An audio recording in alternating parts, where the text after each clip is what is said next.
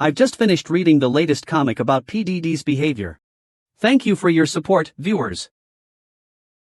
The grizzled old man. He's been chopping wood for 10 years. Each swing of his axe is like splitting the heavens. Until this day, he has chopped 3,653,650 logs. He has earned the title of wood-splitting sage. He in his past life was a popular, sweet-looking internet celebrity, but he was frozen out by his agency for disrespecting the higher management. He eventually died of despair. After that, he was reborn. He was reincarnated at Qinghong Academy in the southern region of Yunhuang, where he became a teacher in the fortune department of the academy. However, this master woodchopper has never broken through to the Kaiguang realm, but today, a female immortal has knelt down and begged him to be her teacher. Today, he was still chopping wood as usual, when suddenly a cultivator flew in from the air. He told him to go to the front yard to accept a disciple in an extremely disdainful tone. The cultivator looked at the woodchopping man and thought to himself, with your Xianzhao realm cultivation, it would be pointless to go. He'd probably not accept any disciples like every year. Since the message has been delivered, I won't linger. Then with a bang, he flew away. Later, the firewood uncle sighed. Even if he went, he wouldn't accept any disciples like every year, would he? He walked along, pondering whether he should go. Then, he carried his huge axe and headed towards the Kanggu abyss. Or maybe it was more important to find something to eat first. Meanwhile, the front yard was holding a recruitment ceremony. It was the same as every year. Swordplay again with a stunning move, taking in most of the disciples of this year's batch. On the other hand, the capture system, it was as quiet as ever. The registration area was unusually deserted. He hadn't recruited a single student. Not even the firewood chopping man himself had shown up. At this point, the onlookers started to make snide remarks. They demanded that he be stripped of his teaching position. Just then, Bairuocheng walked up, his voice low. He was holding a snake in his hand. Everyone continued to mock Master Bai. His nature is really good. It's just that his skills are too poor, right? He can get hurt even catching a snake. It's too embarrassing. But at this time, a woman in the crowd noticed something. Her face showed a look of fear. It turned out that she sensed a dangerous aura from the snake in Bairuochen's hand. Meanwhile, the academy was still impeaching Bairuochen, demanding that the dean revoke his teaching position. Finally, the dean compromised, and announced that because Bairuocheng's cultivation realm was insufficient, leading to him not taking in a single disciple in the past 10 years, he was being stripped of his teaching status effective immediately. At that moment, someone from the crowd suddenly shouted, "Wait!" The one shouting was actually the girl from before. She shouted that she was willing to become Bairuocheng's disciple. She wanted to learn the art of capture from him. Suddenly, there was an uproar in the crowd. 10 years of Xianzhao. Her strength and combat power are still not as good as a single machine gun. Girl, what are you thinking? Everyone was trying to persuade her not to become Bairuocheng's disciple. Who would have thought that a young girl would grab Bairuocheng and repeatedly request to take him as her disciple? It turns out that this woman was a scattered immortal in her previous life. Because she couldn't cultivate into the Great Tao, she had no choice but to reincarnate with her memories. She was thinking of choosing the swordsmanship school, and then relying on her talent and looks. She could seize over 80% of the cultivation resources from the swordsmanship school. I was determined to master the highest realm of cultivation quickly, but I never expected, at the final moment of my apprenticeship, I would encounter a true powerhouse, and the snake in his hand. A thought struck the girl's mind. She couldn't be mistaken. It must be about to transform into a dragon. If we were to judge based on human cultivation realms, this Jiao would be at the Great Completion level 7. Even in my previous life as a parasol immortal, I wouldn't dare say I could definitively subdue this Jiao. So, this seemingly weak firewood chopping man must be an unparalleled expert hiding his strength. This man is the strongest firewood chopper in history. Chopping and chopping until, I've been chopping wood for 10 years. All this time, I've been thinking about you. Do you know how I've spent these past 10 years? Don't be fooled by Bairuocheng's skills at chopping wood. He's a weakling, a complete nobody, when it comes to actual fighting. None of his fellow disciples respect him. He's been reduced to this because he protected the sect 10 years ago. But today, the sect master is using the excuse of not receiving any new disciples for 10 years, to strip him of his teaching position. But then a beautiful young girl appeared. He tried his best to persuade the woodcutter to accept him as his disciple. Everyone said he was crazy. But only he knew the woman's true strength was extraordinary. It turned out she was the reincarnation of the Umbrella Immortal. He recognized her at once. The snake Bairuocheng was holding wasn't ordinary. It was a sea monster about to transform into a dragon. Even if he had reached the level of an Umbrella Immortal in his previous life, he wouldn't necessarily be able to subdue the dead merfolk in front of him. And so, he finally achieved his goal of joining Bairuocheng's captive faction. Immediately after, they returned to their own peak. As soon as they entered the courtyard, Su Liyue saw piles of firewood everywhere. Each dwelling was dilapidated, as if they could crumble with a single gust of wind. He started to doubt if he was mistaken. If the woodcutter really is a powerful figure, how could he possibly be bullied like this? If he truly possesses the ability to manipulate the floating reef, he could level this Qinghong Academy with a flick of his wrist. Why would he be so submissive? As he pondered, Bai Ruochuan offered him a simple explanation. He directly threw 2 prisoner books from his arms. Bai Ruochuan, with the good intention of learning, should be self-motivated. Let Su Liyue learn on her own. She could just choose any room to live in. As long as there were no major problems, she should not bother him. However, Su Liyue looked at the dilapidated room in front of her, and immediately wanted to change her mind and pull out her sword. She knew she was in a terrible predicament. But I didn't expect it to be this bad. After that, Su Liyue reluctantly prepared to enter the house to rest. Bai Ruochuan picked up the pitiful snake and began to roast it. He quickly strung the snake meat together. Su Liyue, inside the house, smelled the fragrant aroma coming from outside. She couldn't help but open the window to take a look. One look instantly stunned her. It was actually a divine beast. If one were to obtain this delicacy, it should be treated like a revered ancestor, worshipped with utmost respect. Yet, this firewood chopping fellow dared to roast and eat it, and he was savoring it so much. Seeing this, Su Liyue couldn't help but salivate. He thought to himself, after cultivating for tens of thousands of years, he had never tasted this tender delicacy. He unconsciously approached Bai Luochuan from behind. I wanted to ask my master for a piece of meat to try. Bai Luochuan himself didn't think there was enough to eat. He had to share it with the disciple he just recognized. The nurse's refusal was direct and decisive. Su Liyue was instantly petrified. She thought to herself, she was a sword immortal, wanting a bite of meat, yet she was rejected. Bai Ruochuan looked coldly at the pitiful disciple whose saliva was about to drip to the ground, and muttered to herself, no, it's just no. Su Liyue trembled with anger, and turned to leave. If you won't give it, then you won't give it. Master is so stingy. They said I was being petty. That wouldn't do. Bai Ruochuan sighed. He said, wait. Then he used a thin twig to pick off a little bit of meat. It was truly just a little bit. He nonchalantly said, go ahead and lick it. This made Su Liyue speechless with frustration. Then Bai Ruochuan said calmly, don't think I'm being petty.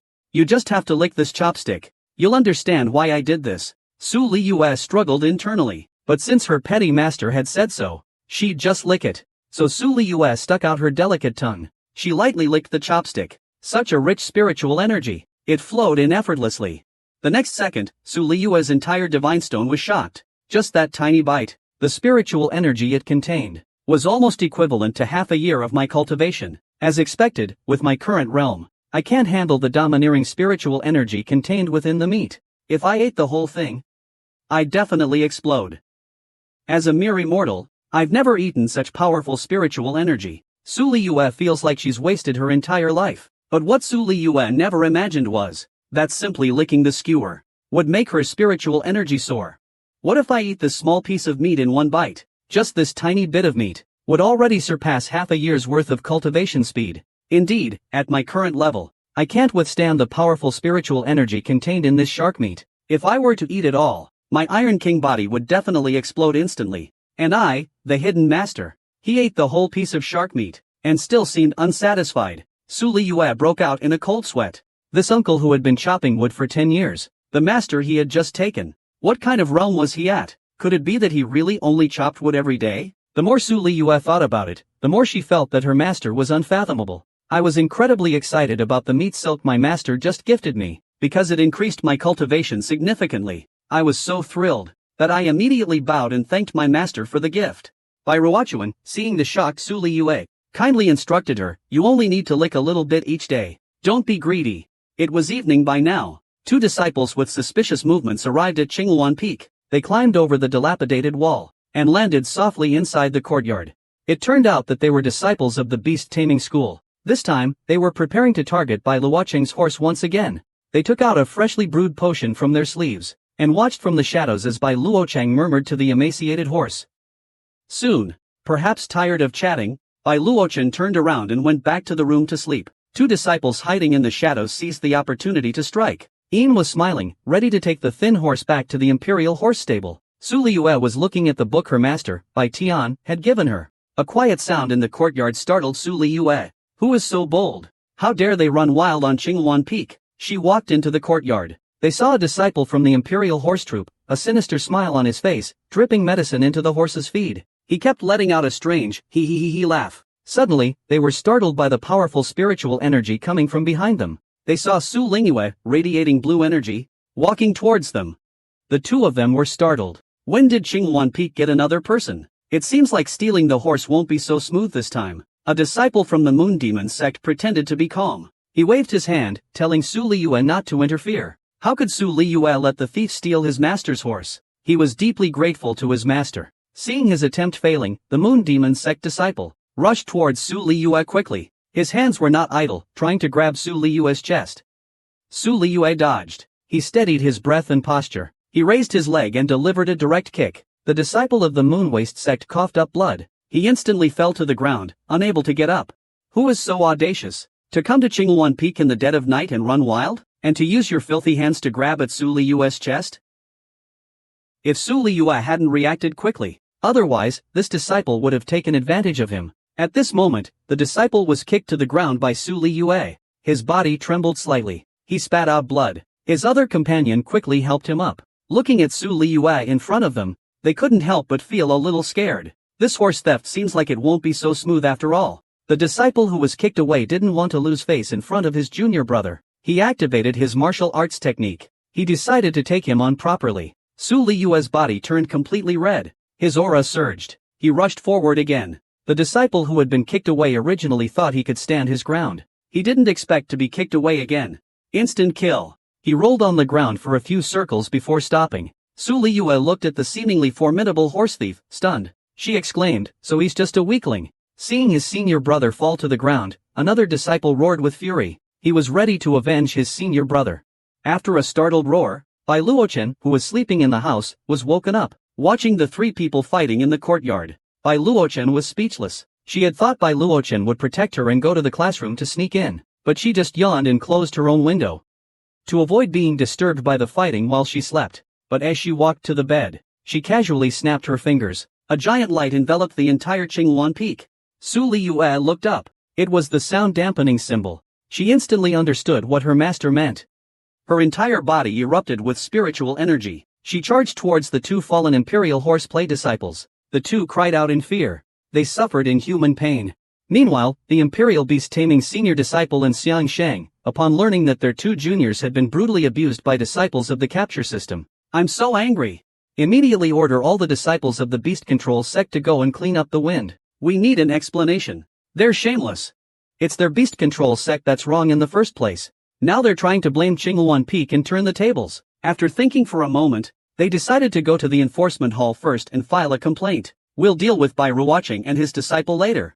The next day, as dawn broke, Bai Luocheng stretched and was about to start his daily firewood-splitting work, when he heard Su Liyue's voice beside him. Su Liyue, with her heavy dark circles, told Bai Luocheng about what happened the night before. Unexpectedly, her master asked her directly how she found the book last night. Su Liyue, startled, became flustered and didn't dare to answer. Bai Ruocheng, splitting firewood, said, "Just tell me how many you read. It's okay. Your master won't do anything to you." Su Lingyue could only confess truthfully. "Even though the cultivation manual master gave me was so good, I stayed up all night reading it, but only got halfway through the night. My spiritual energy was completely depleted. And even those half pages of the book, I haven't fully understood." Bai Ruocheng was startled. The axe in his hand trembled. With a cold face, he said angrily, "You only watched for half the night? You actually have the courage to say that?" Su Liyue's face turned pale. She didn't dare to argue.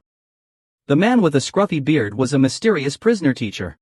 He had been chopping wood continuously for 10 years. In the eyes of outsiders, he's just a good-for-nothing son-in-law who can only chop wood.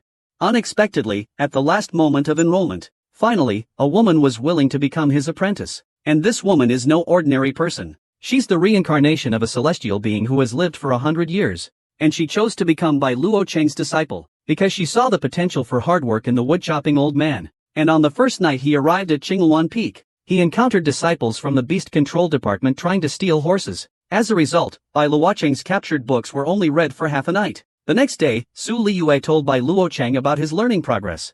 And Bai Luocheng's splitting firewood axe trembled. Su Liyue thought his master was going to scold him for his poor learning ability, but unexpectedly, Bai Ruocheng began to praise him. He thought he could only understand a few sentences. I didn't expect you to stay up so late reading. This book on capturing is a combination of several schools of thought. Su Liyue being able to read until late at night is a testament to her strong comprehension. Then Bai Ruocheng flipped his hand, conjuring a sphere of light, which formed into a token. He threw it to Su Liyue. With this, you can freely enter and exit the library. To learn other cultivation techniques, secret manuals, etc., the token's level needs to be increased. You can also reach a higher level. The cultivation techniques and secret manuals there will be better.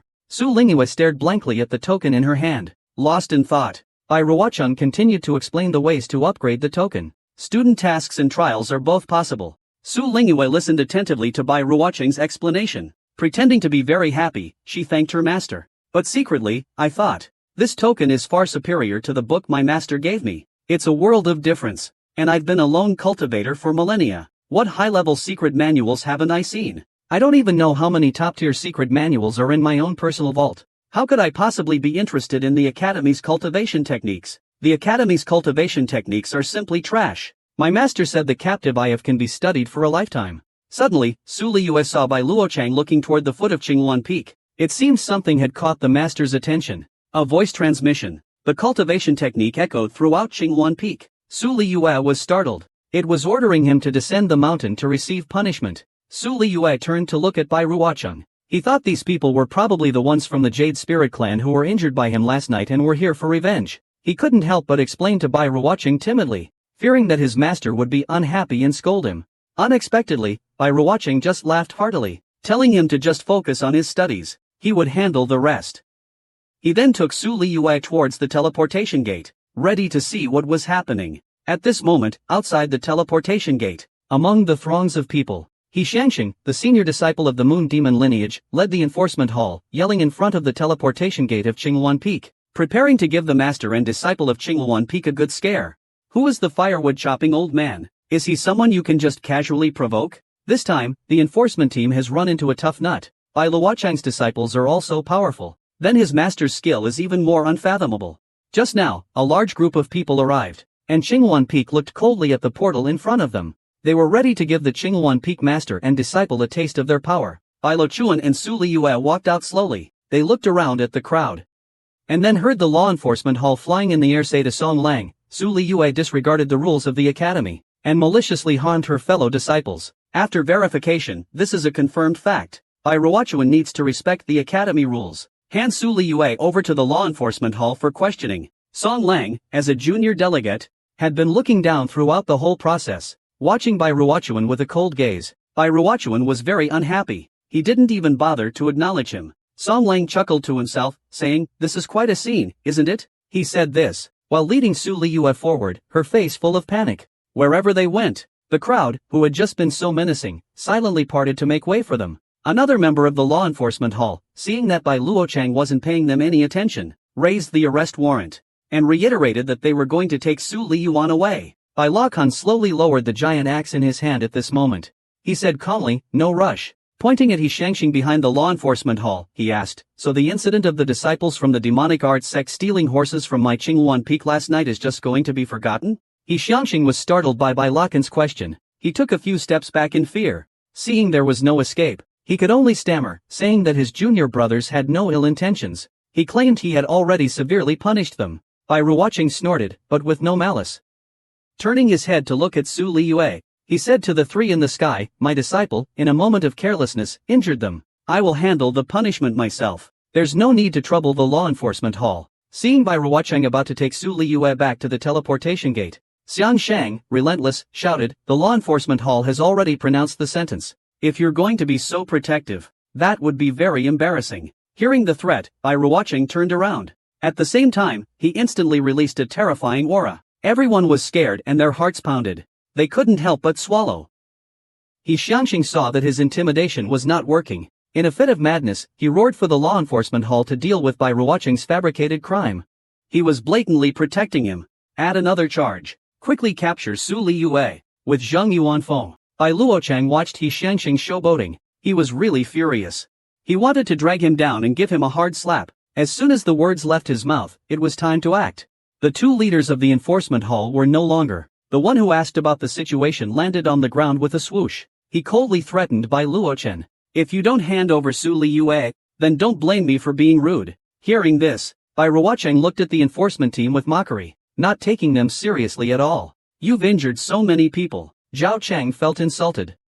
His face was red with shame. He immediately emanated spiritual energy, vowing to capture both master and disciple today. He would take them to the enforcement hall to be punished together. He spoke and charged forward with Song Lang, both drawing their swords. Who had the audacity to dare challenge the authority of the woodchopping saint? He even dared to say he would take them both away for punishment. He's simply tired of living. He incited the two leaders of the law enforcement hall to lead the charge. He Xiangxing, hiding in the shadows, watched everything coldly, scoffing at Bai Luocheng and his disciple, saying they were overestimating themselves. The law enforcement team was getting closer and closer. Bai Luocheng remained unmoved. He gently patted Su Liyue's shoulder. Just have him go and fight. Consider it a check on his learning from last night. Finally, he didn't forget to remind him, don't let your master down, okay? Then he watched as Su Liyue strode toward the two approaching law enforcement hall members. Song Lang and Zhao Cheng were startled. Could this person be seeking death? They swung their swords towards Su Liyue's face. Su Liyue dodged to the side,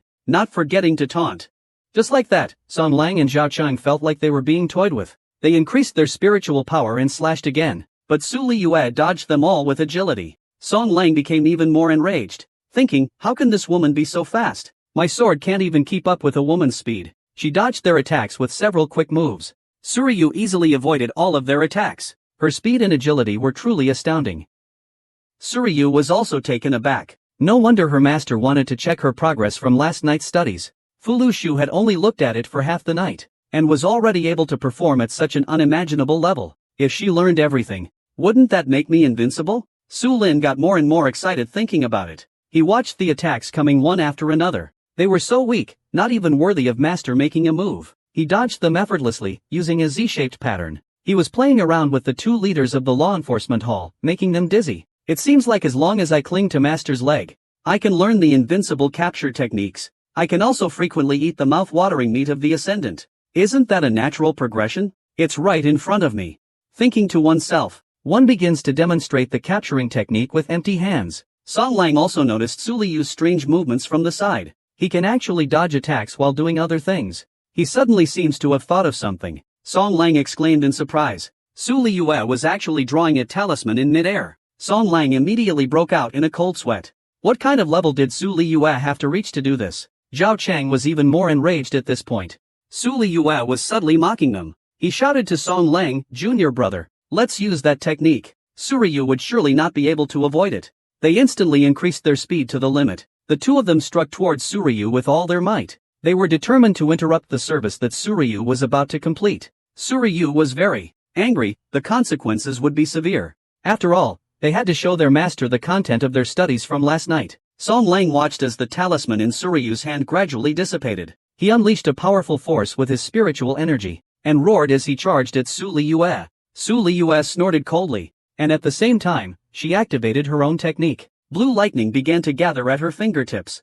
The ground around her cracked and crumbled. Powerful electric currents surrounded Su Liyue, instantly clashing with the oncoming green dragon. The clash of two powerful techniques instantly created a booming sound. This man simply didn't want to show his strength. He silently chopped wood for 10 years, but today his apprentice was threatened. The wood-chopping old man, no matter how good his temper, couldn't bear it anymore. He decided to reveal his hidden abilities, to give these scoundrels a good lesson. Just now, a group of disciples from various sects blocked the teleportation gate to Qinghuan Peak, preparing to beat up Bai Ruochuan and her disciples. The two leaders of the law enforcement hall directly targeted Su Liyue, but they never expected a useless disciple from Qinghuan Peak to be so powerful, stunning them, leaving them no chance to breathe. Amidst flashes of lightning and thunder, the earth split and the sky fell. Dust flew everywhere. The law enforcement hall thought they could defeat Su Liyue with their combined attack, but after the thick smoke cleared, Su Liyue's figure slowly emerged. She was completely unscathed. The two members of the law enforcement hall looked dejected. Su Liyue walked forward, laughing at them as she did. He was still drawing and writing on the captive, and threw it at them. With a boom, a huge explosion occurred. The two enforcement hall members were directly roasted by the electric light. Their bodies were emitting the smell of cooked meat, and they lay on the ground groaning. At this time, one of the enforcement hall leaders who was lying on the ground shouted, "Brother He, hurry up and make your move. We're here to stand up for you." Hearing this, Su Liyue drew another capture, and without hesitation, released it towards He Xiangxing. He Xiangxing, born with a talent, avoided the capture's attack. After being hit by the capture, with a thud, he knelt on the ground. Seeing their team on the verge of complete defeat, the enforcement hall resorted to moral blackmail. They accused Master Bai of condoning his disciples' defiance of law enforcement. This was a serious provocation. The enforcement hall wouldn't let it slide. They'd be sorry. Just wait. Bai Luochang, who was enjoying the spectacle, was instantly annoyed by these words. He raised an eyebrow. You come to my Chihuan Peak to cause trouble, and then you have the audacity to say that we're wrong? He instantly released his powerful aura, like a monstrous wave engulfing them all.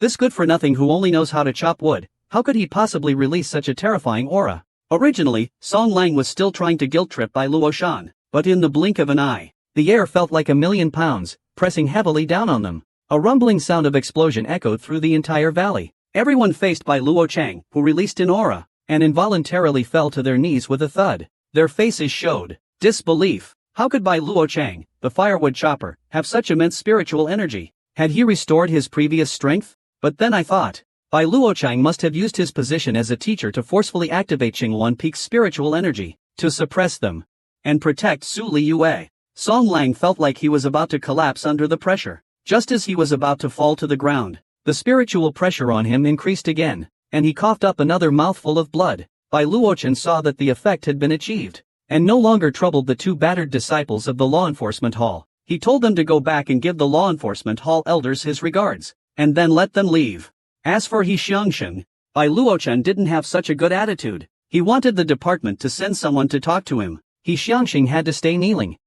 He then ignored them. He Xiangxing led Suli into the Qingwan Peak transmission gate. Several hours later, Song Lang and Zhao Cheng from the Beast Control Department didn't feel grateful to Bai Luocheng for letting them go. They went straight to the Beast Control Department to complain. The deputy headmaster of the Beast Control Department looked at the two in their sorry state. He dismissed them directly. He told them to just go back to the law hall. He would handle the rest. Song Lang was secretly delighted. He thought to himself that this time, he would get back what he had lost. The Jade Spirit Clan would help him get his revenge. Even though Bai Luocheng could draw upon the spiritual energy of Qingwan Peak, he was no match for the Jade Spirit Clan. How could he possibly defend himself against their revenge? The night passed without incident. The morning sun shone brightly in the courtyard of Qingwan Peak. Bai Ruocheng ate breakfast with a speechless expression. He had been wondering, based on how the Yu Yao lineage normally acted. A whole day had passed. The Yu Yao lineage hadn't even come to talk to him.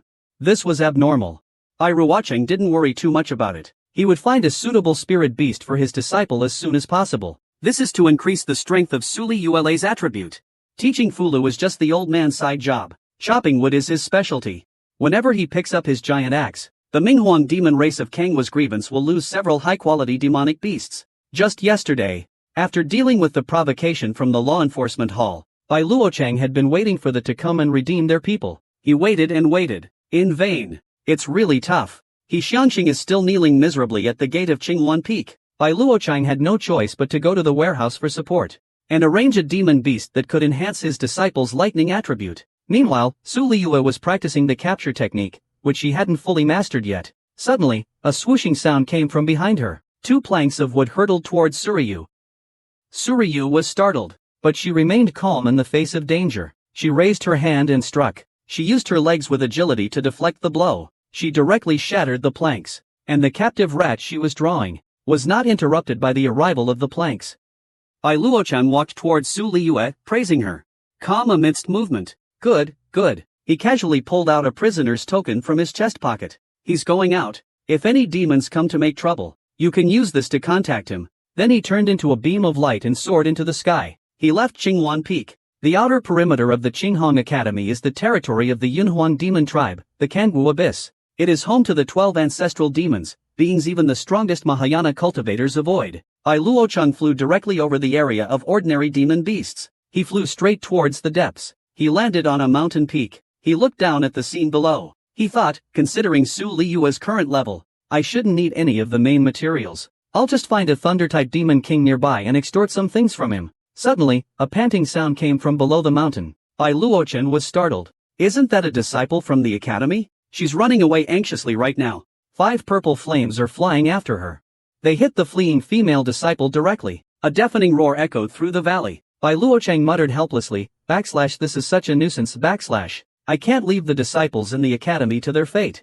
I'll have to hide my presence. Let's see what's going on. The female disciple who had just been hit in the valley had her energy shield shattered into pieces. Her clothes were also torn to shreds. A burly disciple walked towards the helpless female disciple with a malicious grin. He kept walking and harassing her with vulgar language. Isn't she just a pet the academy trained? Facing the imminent danger, Udz was so scared that tears welled up in her eyes. In despair, she hoped someone would come to her rescue. This middle-aged man had been splitting wood for 10 years. Every swing of his axe carried the force to split the heavens and earth. Yet, in the eyes of his fellow disciples, he was a low-level, useless fighter. But today he came to the Kangwu Abyss, and even saved 2 beautiful girls. At this moment, Bai Luochang had just landed on the top of the hill, when he heard a girl's gasp, along with the sounds of 2 young men chasing after them. Originally, Bai Luochang didn't plan to help, but he couldn't bear to see that they were his fellow disciples. If I don't save her, I'll be even more condemned for not saving my fellow disciple. Just then, a burly young man's claw was about to grab the female disciple's chest.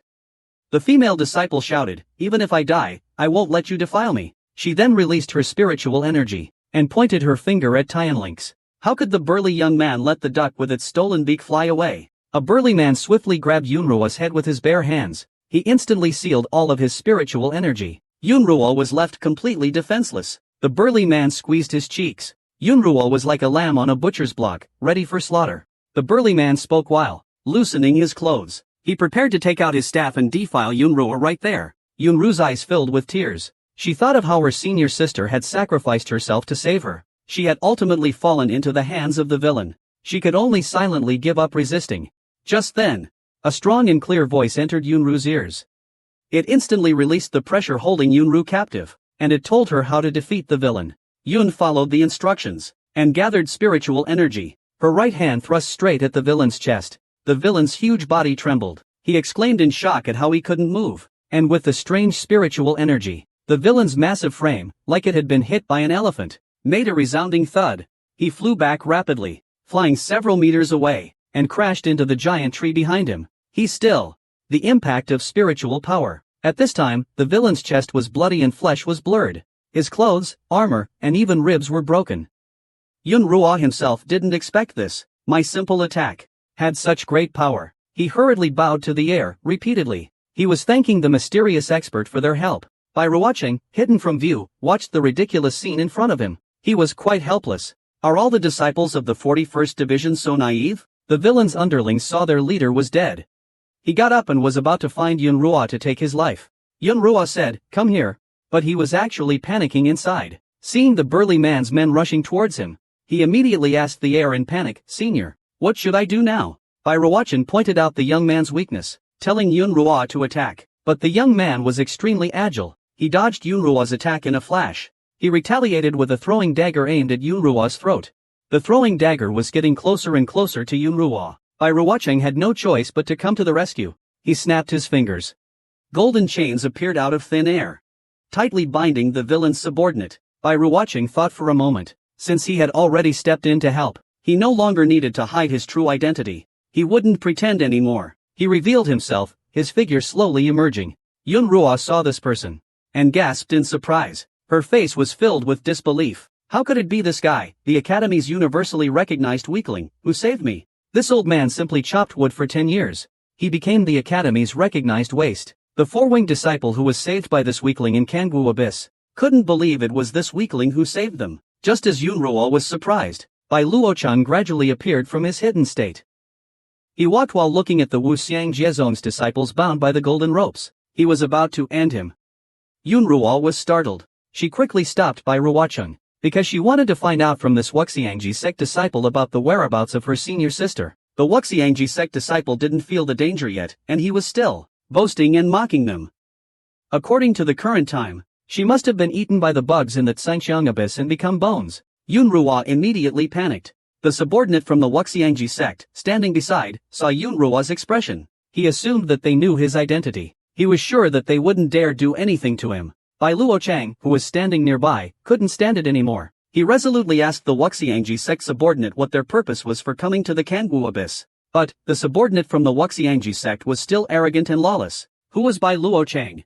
How could he tolerate such a scurvy fellow being so arrogant? He simply extended a hand, releasing a bit of spiritual energy. The subordinate bound by the golden chains was engulfed in a pillar of light. He died instantly, his body exploding. Yunruo stared at the corpse on the ground, a mix of shock and joy. But she was still furious, stamping her foot. She berated Bai Luocheng for not extracting the whereabouts of her senior sister. Just kill him. Bai Luocheng wasn't worried at all. He asked Yunruo to give him his senior sister's personal belongings. He could find the rest using his techniques. Yunruo's senior sister's spiritual energy transformed into a bird that bit the token and soared into the sky. It quickly searched. Before long, the bird landed near a cave. It chirped and gazed into the depths. Meanwhile, deep in the cliff, Yunruo's senior sister was indeed bidding farewell to her life. She looked at her injured leg, gazed at the opening through which she could easily escape if she wasn't injured. Despair was evident in her trembling expression. Suddenly, a voice called out, "Senior sister, are you down there?" Yunxi was startled. She hurriedly called out towards the entrance of the cave. Yunruo's heart filled with joy. Her senior sister was indeed down there, but she was badly injured. She definitely couldn't climb back up on her own. Yunruo was excited and about to descend to the bottom of the cave. Bai Ruocheng hurriedly stopped her. He casually drew a talisman in the air. Yunruo covered her mouth in surprise. The rumored weakling can actually draw in mid-air. As Yunruo was contemplating, the fulu in Bai Ruocheng's hand swiftly flew towards the cave.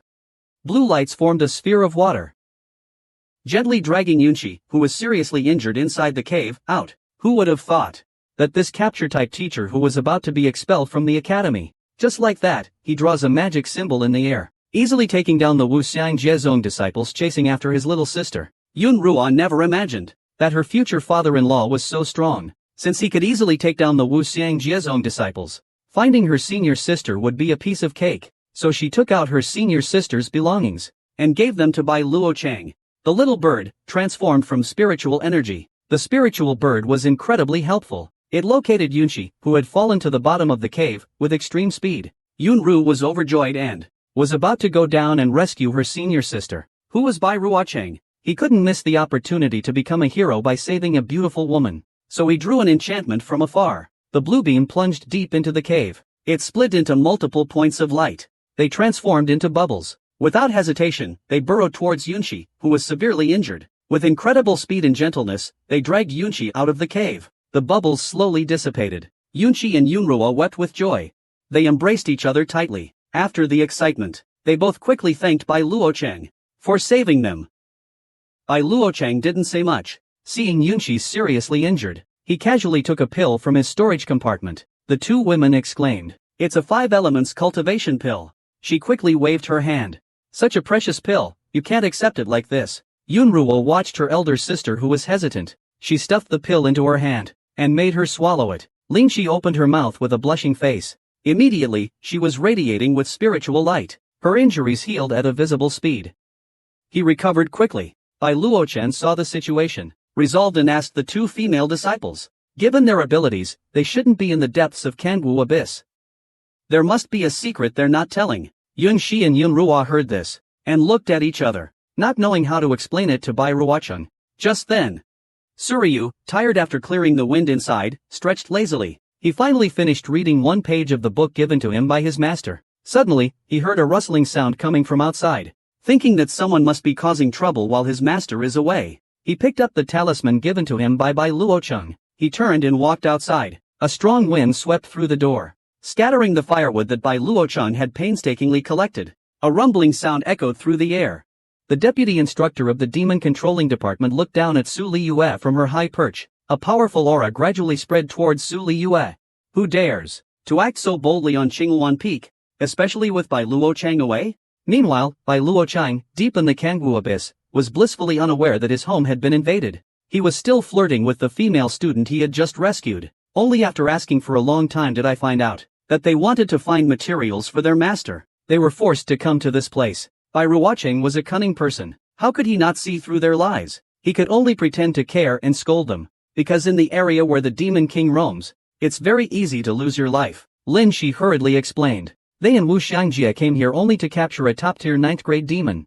Bai Luocheng pondered for a moment. Perhaps there's some logic to it. It is possible for a demon to evolve into a demon king. While he was deep in thought, Yunruo proactively invited Bai Luocheng to go with them to capture the ice silkworm. After all, such a high fighting strength. Don't waste it. It just so happens that Bai Luocheng also needs to find a thunder attribute mirror breaker for Su Liyue. We can solve it on the way and sell it for 400 million. What a face-saving move, he said and led his two female disciples towards the depths of Kangwu Abyss, in the courtyard of Qingluan Peak. At this moment, waves of pressure were stacked on top of each other. Su Liyue slowly opened the door and walked out. Two people stood in the courtyard. Su Linyu looked at the older and younger man. They seemed to have ill intentions, but they still had basic manners. She informed them that her master was currently away. She could relay any message they had for him. Chen Kuan, the deputy instructor of the Yu Yao sect, he saw Su Linyu and told her to kneel. How could Su Linyu just obey? Chen Kuan is acting like a senior. He's using the academy rules to pressure her. He even called by rewatching a good-for-nothing. Su Li is someone who can be killed, but not insulted. He can insult himself, but he absolutely cannot insult his highly respected master. He roared towards the sky, Chen Kuan.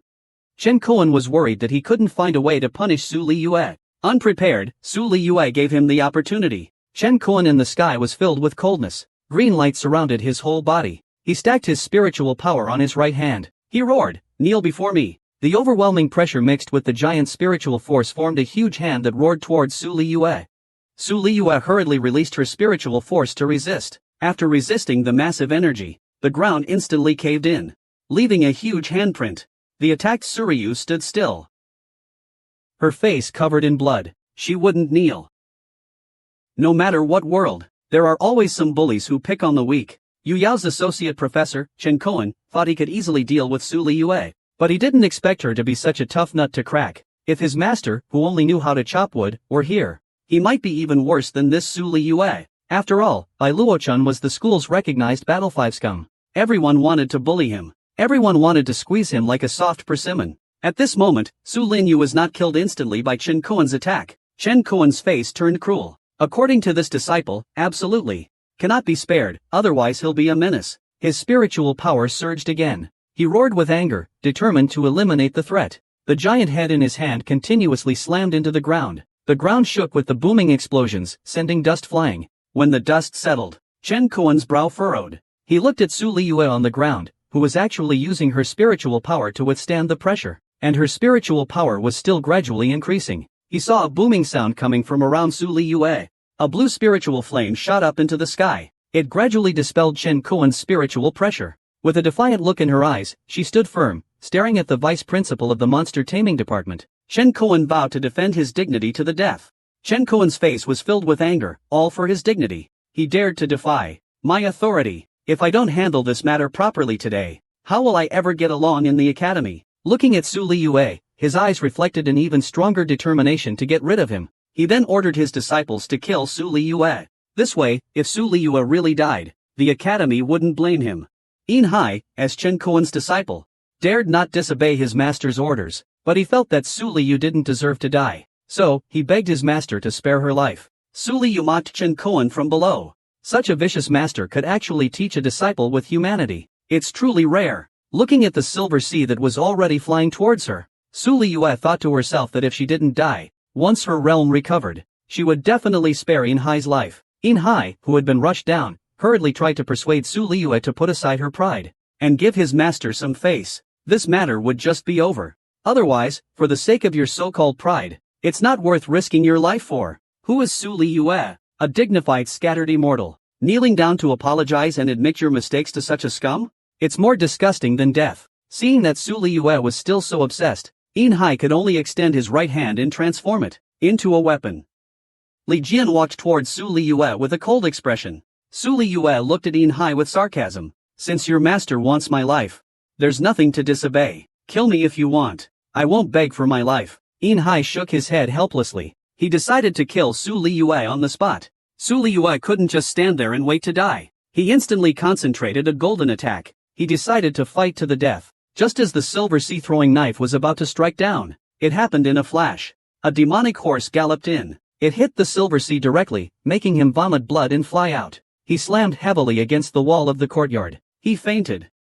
Everything has a spirit, especially a spirit horse with a spirit stone. Just when Chen Kuan's disciple was about to finish off Su Liyue, the spirit horse Bai Luochen had been raising came to her rescue with a rope. With one blow, it sent In Hai crashing into unconsciousness. Seeing In Hai lying there unconscious, Su Liyue was shocked. He turned to look at the spirit demon's hut. Chen Kuan in the sky suddenly understood why He Xiangxing was so attracted to Qingluan Feng. It turned out he had been eyeing this spirit demon all along. The hut burst with spiritual energy. It raised its front hooves and roared towards the sky. Its whole body emitted purple spiritual energy, releasing the atmosphere in its heart. He used his body to shield Suliyu. His eyes were filled with a sinister look. He stared at Chenkuan in the air. Chenkuan roared, / I had completely forgotten about you, you beast, / Since you've shown yourself, then I won't hold back. He conjured a sharp whip in his hand. He lashed it fiercely towards the hut. The whip flew down, quickly wrapping around the hut's neck. The hut struggled in pain. Turning around, it charged towards Chenkuan. It moved like a rock, directly in front of Chenkuan, trying to trample the thief to death. But as the deputy teacher of the beast control lineage, beast control is their specialty. One palm directly shattered the hut's dantian. It flew backwards, crashing onto the ground. Seeing this scene, Su Liyue was stunned. Tears streamed down her face burning red. How could she be so weak? In the end, no one was left to protect her. All the spiritual power in his body burst forth. He roared at Chenkuan in the sky, if I don't die today, I will make the entire Demon Slayer clan pay the price. I will make them pay tenfold.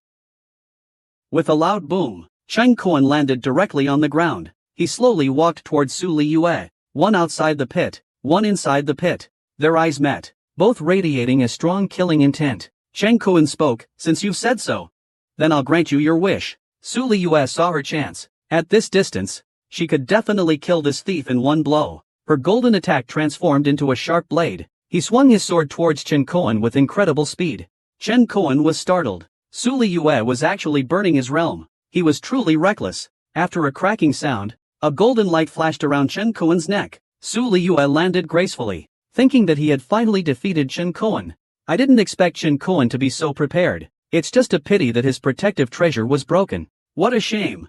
He secretly sighed. No wonder Song Lang and those two good-for-nothings failed. It seems Su Liyue still has some tricks up her sleeve. Su Liyue hadn't expected that she couldn't even kill Chenkuan after burning her own realm, and her spiritual energy was completely depleted. She gradually gave up resisting. The spiritual whip, transformed by Chenkuan, bound him tightly. He pulled it to the front. He directly grabbed Su Liyue's neck. He said he was going to finish him off. Su Liyue, whose neck was being choked, gradually lost consciousness. He suddenly remembered the talisman that Zunling had given him. He said to use it if he encountered danger, as it could save his life. He took out the talisman and placed it on Chenkuan's arm. Holding on to the last shred of hope, he made a desperate gamble. Chenkuan's face twisted into a sneer. At this point, what good is this piece of scrap paper? Suddenly, a wave of energy swept through, and the prisoner's seal on Chenkuan's arm began to disintegrate under the powerful energy.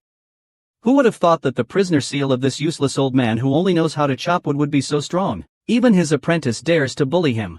The Spirit Tamer faction is really asking for it. Thankfully, Bai Luochen had foresight. Otherwise, Su Liyue would really have been persecuted by those Spirit Tamer scoundrels. The captive pressed against Chenkuan's arm. A powerful shock surged into the sky. It sent Chenkuan flying backwards. Su Liyue, whose throat was being choked, gasped for breath. She watched the scene unfold with a face full of shock. A spirit bird, its entire body radiating blue aura, shielded Su Liyue behind it. Sensing a terrifying presence, Chenkuan's face was filled with disbelief. He, as the vice headmaster of the Moon Demon Department, was considered to be one of the strongest in the academy. Yet he was knocked away by this spirit bird. Just as he was about to shout in anger, a chilling aura came from behind him. The powerful blue spiritual energy struck Chenkuan directly. The entire earth trembled. The roar continued for a long time before it subsided. Thick smoke billowed. The spiritual energy dissipated. The ground emitted a series of sizzling sounds like pork being roasted. The spiritual energy that Chenkuan held as his most precious treasure could not withstand this powerful attack. It shattered in his hand. Looking at Chenkuan, lying motionless on the ground, Inhai shook his body, which was shattered by the cabin. He walked over to check. He saw that Chenkuan's clothes were torn and ragged in the deep pit. His proud 8-pack abs were useless at this moment. Inhai slid from the ground to the deep pit. He hurriedly helped his master up and wanted to take him back. When was Chenkuan ever one to hold a grudge? He took out a 5 elements cultivating essence pill and popped it into his mouth. Instantly, the slump he was in after being repelled disappeared. His depleted spiritual energy revitalized. The wounds on his body were rapidly healing. He leaped into the air, bursting forth with powerful spiritual energy. He was about to instantly kill Su Liyue, who was sitting on the ground, unable to move. Su Liyue watched as Chenkuan charged towards her. His heart was as cold as ashes. He gave up all resistance. Suddenly, a blaze of fire caught his tightly shut eyes. He hurriedly looked forward. The flames were reaching for the sky. Standing in front of him was his master. His master was using his own body to block Cheng Kuan's powerful attack. At this moment, a dark figure was controlling Cheng Kuan's hand, preventing him from moving. He glared at the man in front of him. His heart filled with shock. Su Liyue's master, the backbone of Qinghuan Peak, by Ruocheng. He had actually returned. At that moment, she, who was stealing home and playing the trickster, never imagined that just when he was about to succeed, Bai Luocheng, who was out farming, would return so quickly, and he effortlessly blocked his strongest attack. He cursed and shouted at Bai Luocheng, who was treating Su Liyue's injuries. At this moment, Bai Luocheng looked at Su Liyue. His eyes filled with pity. Hearing the shout behind him, Bai Luocheng slowly raised his right hand. A burst of fire spontaneously ignited. Bai Luocheng's shadow clone directly grabbed Chen Kuan, who was cursing. He slammed the arrogant vice principal of the spirit taming department onto the already shattered ground with immense force. Chen Kuan was immediately blasted with a massive impact, causing him to spew blood wildly. Chen Kuan, whose face was contorted and no longer human-like, still thought about his masterful wife, who had drawn her sword. How could he possibly be beaten by this academy-recognized, firewood-chopping good-for-nothing? He had absolutely no chance to fight back, as he was pummeled relentlessly by Bai Luocheng's clone. He couldn't fathom the reason behind it all. In the blink of an eye, Inhai rushed towards Bai Luocheng, pleading for his master. Bai Luocheng, who was tending to Su Liyue's wounds, didn't even acknowledge him, and quietly chanted a spell. Instantly, a golden bell appeared above Inhai's head, and with a clang, it trapped him. He was helpless, watching his master, who was right in front of him, bleeding profusely from being beaten. Even if Inhai emerges from the forest, he'll only end up getting beaten alongside his master. Chen Kuan in the pit was being healed by Bai Luocheng's clone while it was rampaging.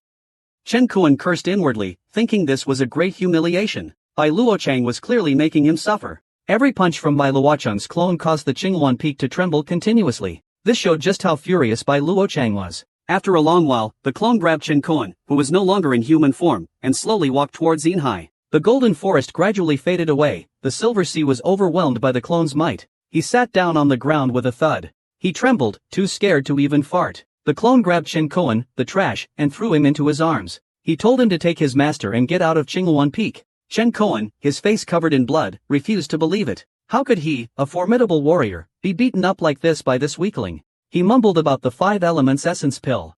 He munched on something. Walking out at the same time, Chen Kuan swallowed a 5-element cultivating essence pill. His face immediately regained its radiance, becoming as good as new. He returned to his arrogant and domineering demeanor. He glared fiercely at Bai Luocheng, who was treating Su Liyue's wounds. He said to Inhai, "Take out the thing. If it weren't for his sneak attack from behind, how could I possibly be seriously injured by this trash?" He said, summoning his proud 8-realm spirit beast, Chen Kuan's strongest guardian, Xiaoying, from his storage space. Bai Luochuan, who originally didn't want to make a big deal out of it, never thought that the vice principal of the Yaxi department would be so arrogant and think that Bai Luochuan was just a useless firewood chopper. How could he possibly be beaten so badly by someone at the sheath stage that he was unable to fight back? Chen Kuan, having made his decision, took out his secret weapon, and summoned his 8-realm spirit beast guardian, Footprints, from his storage space. He prepared to strike Bai Luocheng, who was healing Su Liyue, dead. Footprints transformed into a flash of lightning. He rushed up swiftly. Seeing the danger right at hand, Bai Luocheng remained unresponsive. He looked tender as he continued to treat his beloved's wounds. Chen Kuan watched as Bai Luocheng remained unfazed by the danger. He thought that, facing his power, Bai Luocheng had given up resisting. He arrogantly boasted to his disciple, "This is the true power of your master." Then, he barked at Bai Luocheng, "See how you can dodge this time. Die."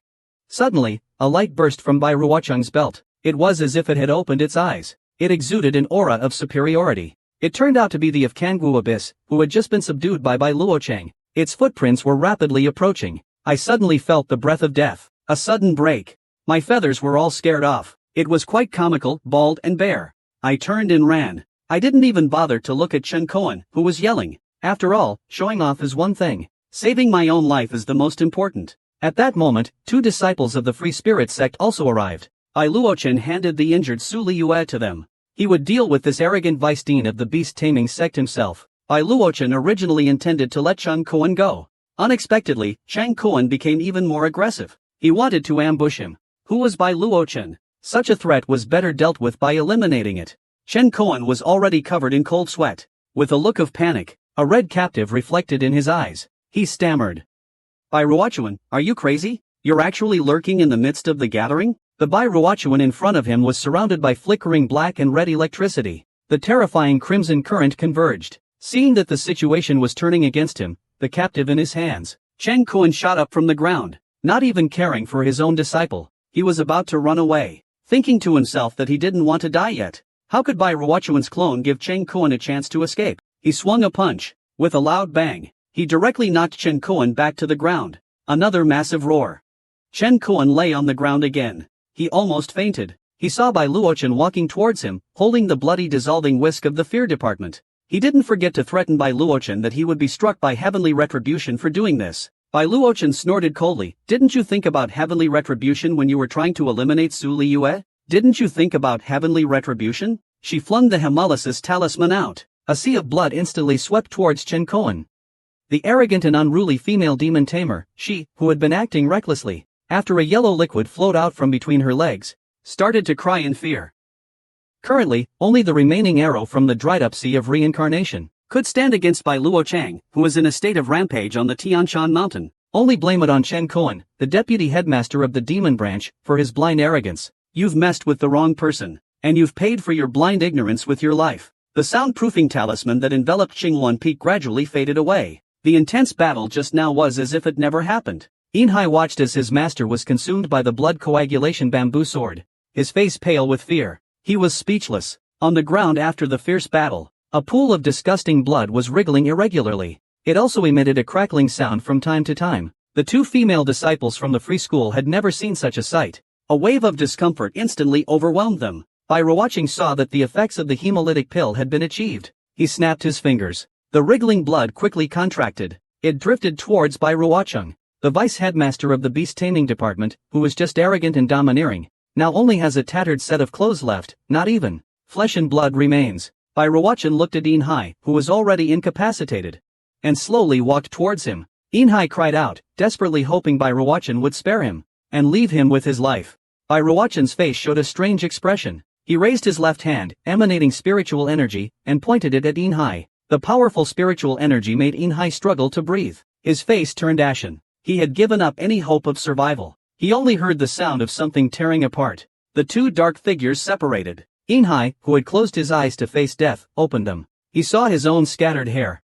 It turns out Bai Luochen just wanted to teach him a lesson. He didn't intend to harm his life. Inhai immediately knelt down and begged for mercy. The two disciples from the Free Spirits sect who had been watching the fight were surprised. They couldn't believe that the commotion of the beast-taming sect daring to invade the Qingluan Peak was so easily resolved by Bai Luochen. They all secretly felt that Bai Luochen's true strength was far beyond the /useless firewood /image the academy had given him. They thought, we are not ordinary people, we shall rise like dragons amidst the storm. Seeing Bai Luocheng's urgent concern for Su Liyue, they didn't want to be an eyesore in front of the master and disciple. They thanked Bai Luochang and said goodbye. In the distant sky, a blood red eye was watching Bai Luochang and his disciples' every move. Bai Luochang, who was still asking about Su Liyue's recovery, suddenly turned his head. His eyes filled with ferocity. In the sky, a blood-red beast with the ability to fly. He was instantly compressed by the spiritual energy in the air. He couldn't withstand it and exploded. He turned into a bloody mist, gradually dissipating. This firewood-chopping uncle just finished dealing with the challenging beast-tamer emperor. A beast-tamer instructor came to attack him. The instructor was just dissolved and turned into blood. The ancestor of the beast-tamer lineage jumped out. They've sent the young ones, now the old ones come. Bai Luochen casually crushed the spirit beast monitoring him. It was far away, in the cave where the spirit beast was secluded. Inside, a crystal ball shattered. A white-haired, centuries-old elder's face contorted in rage. He cursed Bai Luochen through gritted teeth, tears streaming down his face. Since he's so protective of his disciple, they can't be allowed to pass this trial so easily. A man beside him nodded in agreement. He took a closer look. It was the elder of the law enforcement hall. He didn't expect the relationship between the Beast Tamer Department and the Law Enforcement Hall to be so close. The Qinghong Academy is about to change. Inside the Azure Phoenix Peak, Bai Luochen brought out the gift he prepared for Su Liyue at the Kangwu Garden. They saw a 10-story tall, ice silkworm with lightning shimmering all over its body standing upright in the courtyard. Bai Luochang and Su Liyue looked extremely small in front of it. Looking at this enormous creature, Su Liyue was completely dumbfounded. She thought to herself, it's so big. Bai Luochang, on the other hand, looked at the giant ice silkworm with a face full of doting affection. It's fate to meet. So I brought it back for you on my way. Suryu watched the ice silkworm demon emperor, whose strength was comparable to a combined cultivator, being extremely docile in Bailakan's hands. She was also completely stunned. Bailakan stroked the ice silkworm, saying that it was extremely compatible with Suryu's attributes. He said that it would assist her in cultivating from now on. Suryu was deeply grateful for Bailakan's kindness. She was moved to tears. Thinking about how my former self, a scattered immortal, couldn't subdue the demon emperor, my master just casually gave him to me. I'm getting more and more excited. I immediately pounced on Bai Luochen. Thank you, my beloved master. Bai Luochen stroked Su Liyue's head with affection. He declared that this was something a master should do. But the trials are coming soon. You need to recover your strength as soon as possible. But don't be too nervous. The ice silkworm can enter the trial with you. Su Lingyue was a little puzzled. Wouldn't that be considered cheating? Before she finished speaking, the ice silkworm, which was still a huge creature just now, gradually shrank in size on Bai Luochen's chest. It suppressed its power from the Emperor realm to the Great Demon realm. Su Lingyue was full of worry. Master is suppressing the ice silkworm's realm. Would the ice silkworm be happy about it? Bailakan's right hand transformed into a sphere. The surrounding spiritual energy gradually gathered, like countless threads. It spread upwards from the ice silkworm's feet. The ice silkworm also cooperated with the fluctuation of spiritual energy. White silk spewed from its mouth. It tightly bound itself. It was supposed to suppress the ice silkworm's cultivation. Instead, its cultivation actually increased. Cold sweat trickled down Su Liyue's face. The sight before her was too shocking. Soon, a cocoon with lightning fluctuations appeared before her. A cracking sound echoed. A crack appeared on the freshly formed cocoon. Golden light spread outwards through the crack. 4 pairs of fair hands were the first to emerge from the cocoon. Then, the entire body gradually broke free from the cocoon's restraint. It slowly walked out. Suryu saw the creature emerging from the cocoon. Her eyes sparkled with joy. A head of pink hair. She had 4 arms. A beautiful, fair-skinned girl with long legs stood before Su Liyue. Su Liyue never thought that the hidden danger she left behind in her previous life would require her to pay this lifetime. Su Liyue pressed the mechanism, triggering 10 devices. The stone gate, something even Miming, the demon emperor, could not undo, burst open. What met their eyes was a stone tablet emanating purple energy. This filled Miming with excitement. He was sure they had found a treasure, but Su Liyu didn't let Miming get carried away by the legacy of the ruins. He couldn't shake the feeling that this place was oddly familiar. Miming, unable to contain his excitement, charged towards the stone sculpture with the purple energy. He was convinced that this sculpture held the key to unlocking the legacy. Seeing this eerie and strange sculpture, Su Liyue finally remembered why this stone cave was familiar. She recalled her past life as the Umbrella Immortal. This powerful demonic energy and the purple stone tablet with rune suppression were a place she established as a seal during her last life in the Great Ascension stage. Su Liyue remembered this, and immediately called out to Miming in a hurry, telling her not to touch the sealed stone sculpture. Otherwise, Suryu hadn't finished her sentence, when Miming's long sword was already slashing at the stone statue's head. The stone statue shattered into pieces. An evil aura wafted out from the cracks in the statue. The seal, a stone tablet as hard as rock, began to crumble. The seal was broken, and the entire trial ground was consumed by purple demonic aura due to what Suryu had done. Half the trial ground was now enveloped in it. The vines that were originally easy to deal with were emboldened by the purple miasma, and became thick and powerful. The entire plant began to grow unnatural. On the trial square outside, the disciples who controlled the entire secret realm's operation had to report the situation inside the ruins to the elders again. Inside the ruins, strange sounds echoed in the sky. The teleportation array is completely disabled. Only the elders heard this. The shock in their hearts was evident. Such powerful demonic energy could only have emerged once in a season. A top-level demonic emperor at the merging stage. This is a real disaster. All the forces are rushing towards this place. But the elders saw that the situation was already out of control. He hurriedly took out the loudspeaker and asked everyone to calm down. Don't panic. But who could really stay calm at this time? On the projection screen, the dean of Qinghong Academy appeared, but he was helpless about the situation happening inside the ruins. The ancient demon emperor had broken through the seal and reappeared. The powerful aura plunged the entire trial ground into chaos. Outside the ruins, the dean of Qinghong Academy was anxiously inquiring about the situation inside. Upon learning that many disciples hadn't escaped, he immediately organized the transmission disciples to cast spells together and send around chubby Mr. Mu into the ruins. Dozens of beams of light rushed towards the ruins. They were determined to rescue all the academy disciples inside. The 2 female disciples of the free sect were desperately fighting off the demonic plants. Master Mu suddenly appeared. He quickly teleported the two female disciples outside the ruins. After Yunru was teleported out of the ruins, she rushed into Yu Jiao's arms. She recounted the situation inside the ruins. Bai Luochen, standing nearby, anxiously asked if they had seen Su Liyun within the ruins. Yunxi also explained with a worried expression that she and her junior sister had not seen Su Liyun. Jiao Shi pondered for a moment. As long as the disciple transmits back, he said, he will definitely come back to me. Su Liyue may have encountered something unforeseen. Meanwhile, Mi Meng and Su Liyue were facing an unprecedented crisis. They were so terrified that their mouths could fit 2 eggs.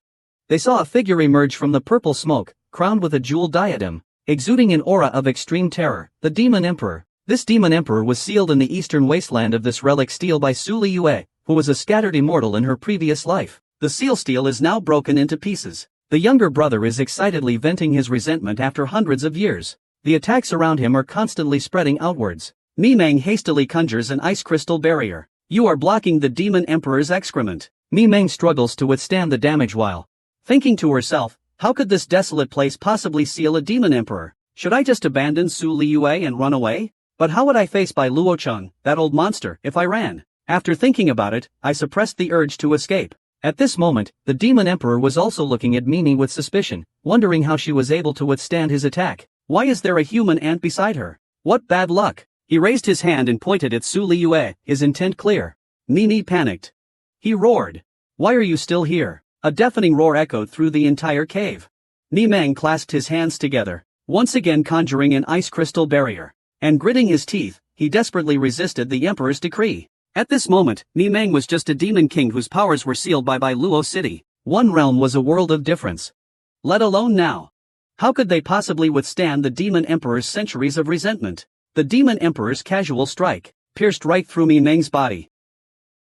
Affected by the Demon Emperor, scenes of Qinghong Academy disciples being slaughtered were everywhere within a season. Those disciples who once boasted about how powerful they were in the academy couldn't even scream in pain. Blood splattered everywhere. He died on the spot. The demonized plants madly burrowed into the dead disciple's body. They slowly lifted the corpse. The plant's vines injected energy into it.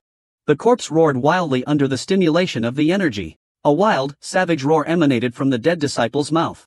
The unconscious head turned towards the surroundings. A shadowy figure appeared faintly within the teleportation array. The first to step out of the teleportation array was the dean of the Qinghong Academy. He saw the disciples under control. He was secretly startled. The poem hadn't even ended. The disciple controlled by demonic energy had already extended his stance, lunging toward the dean. Dean Li looked at the disciple who once belonged to his academy. There was sadness in his helplessness. With a dark face, he ruthlessly struck down his opponent with a sword. A heavy scent of blood permeated the air. It attracted more disciples from the courtyard, controlled by the plants. Facing the sudden appearance of the puppets, the headmaster roared. From the sky, 10 enormous swords of light descended, forming the spirit sword array.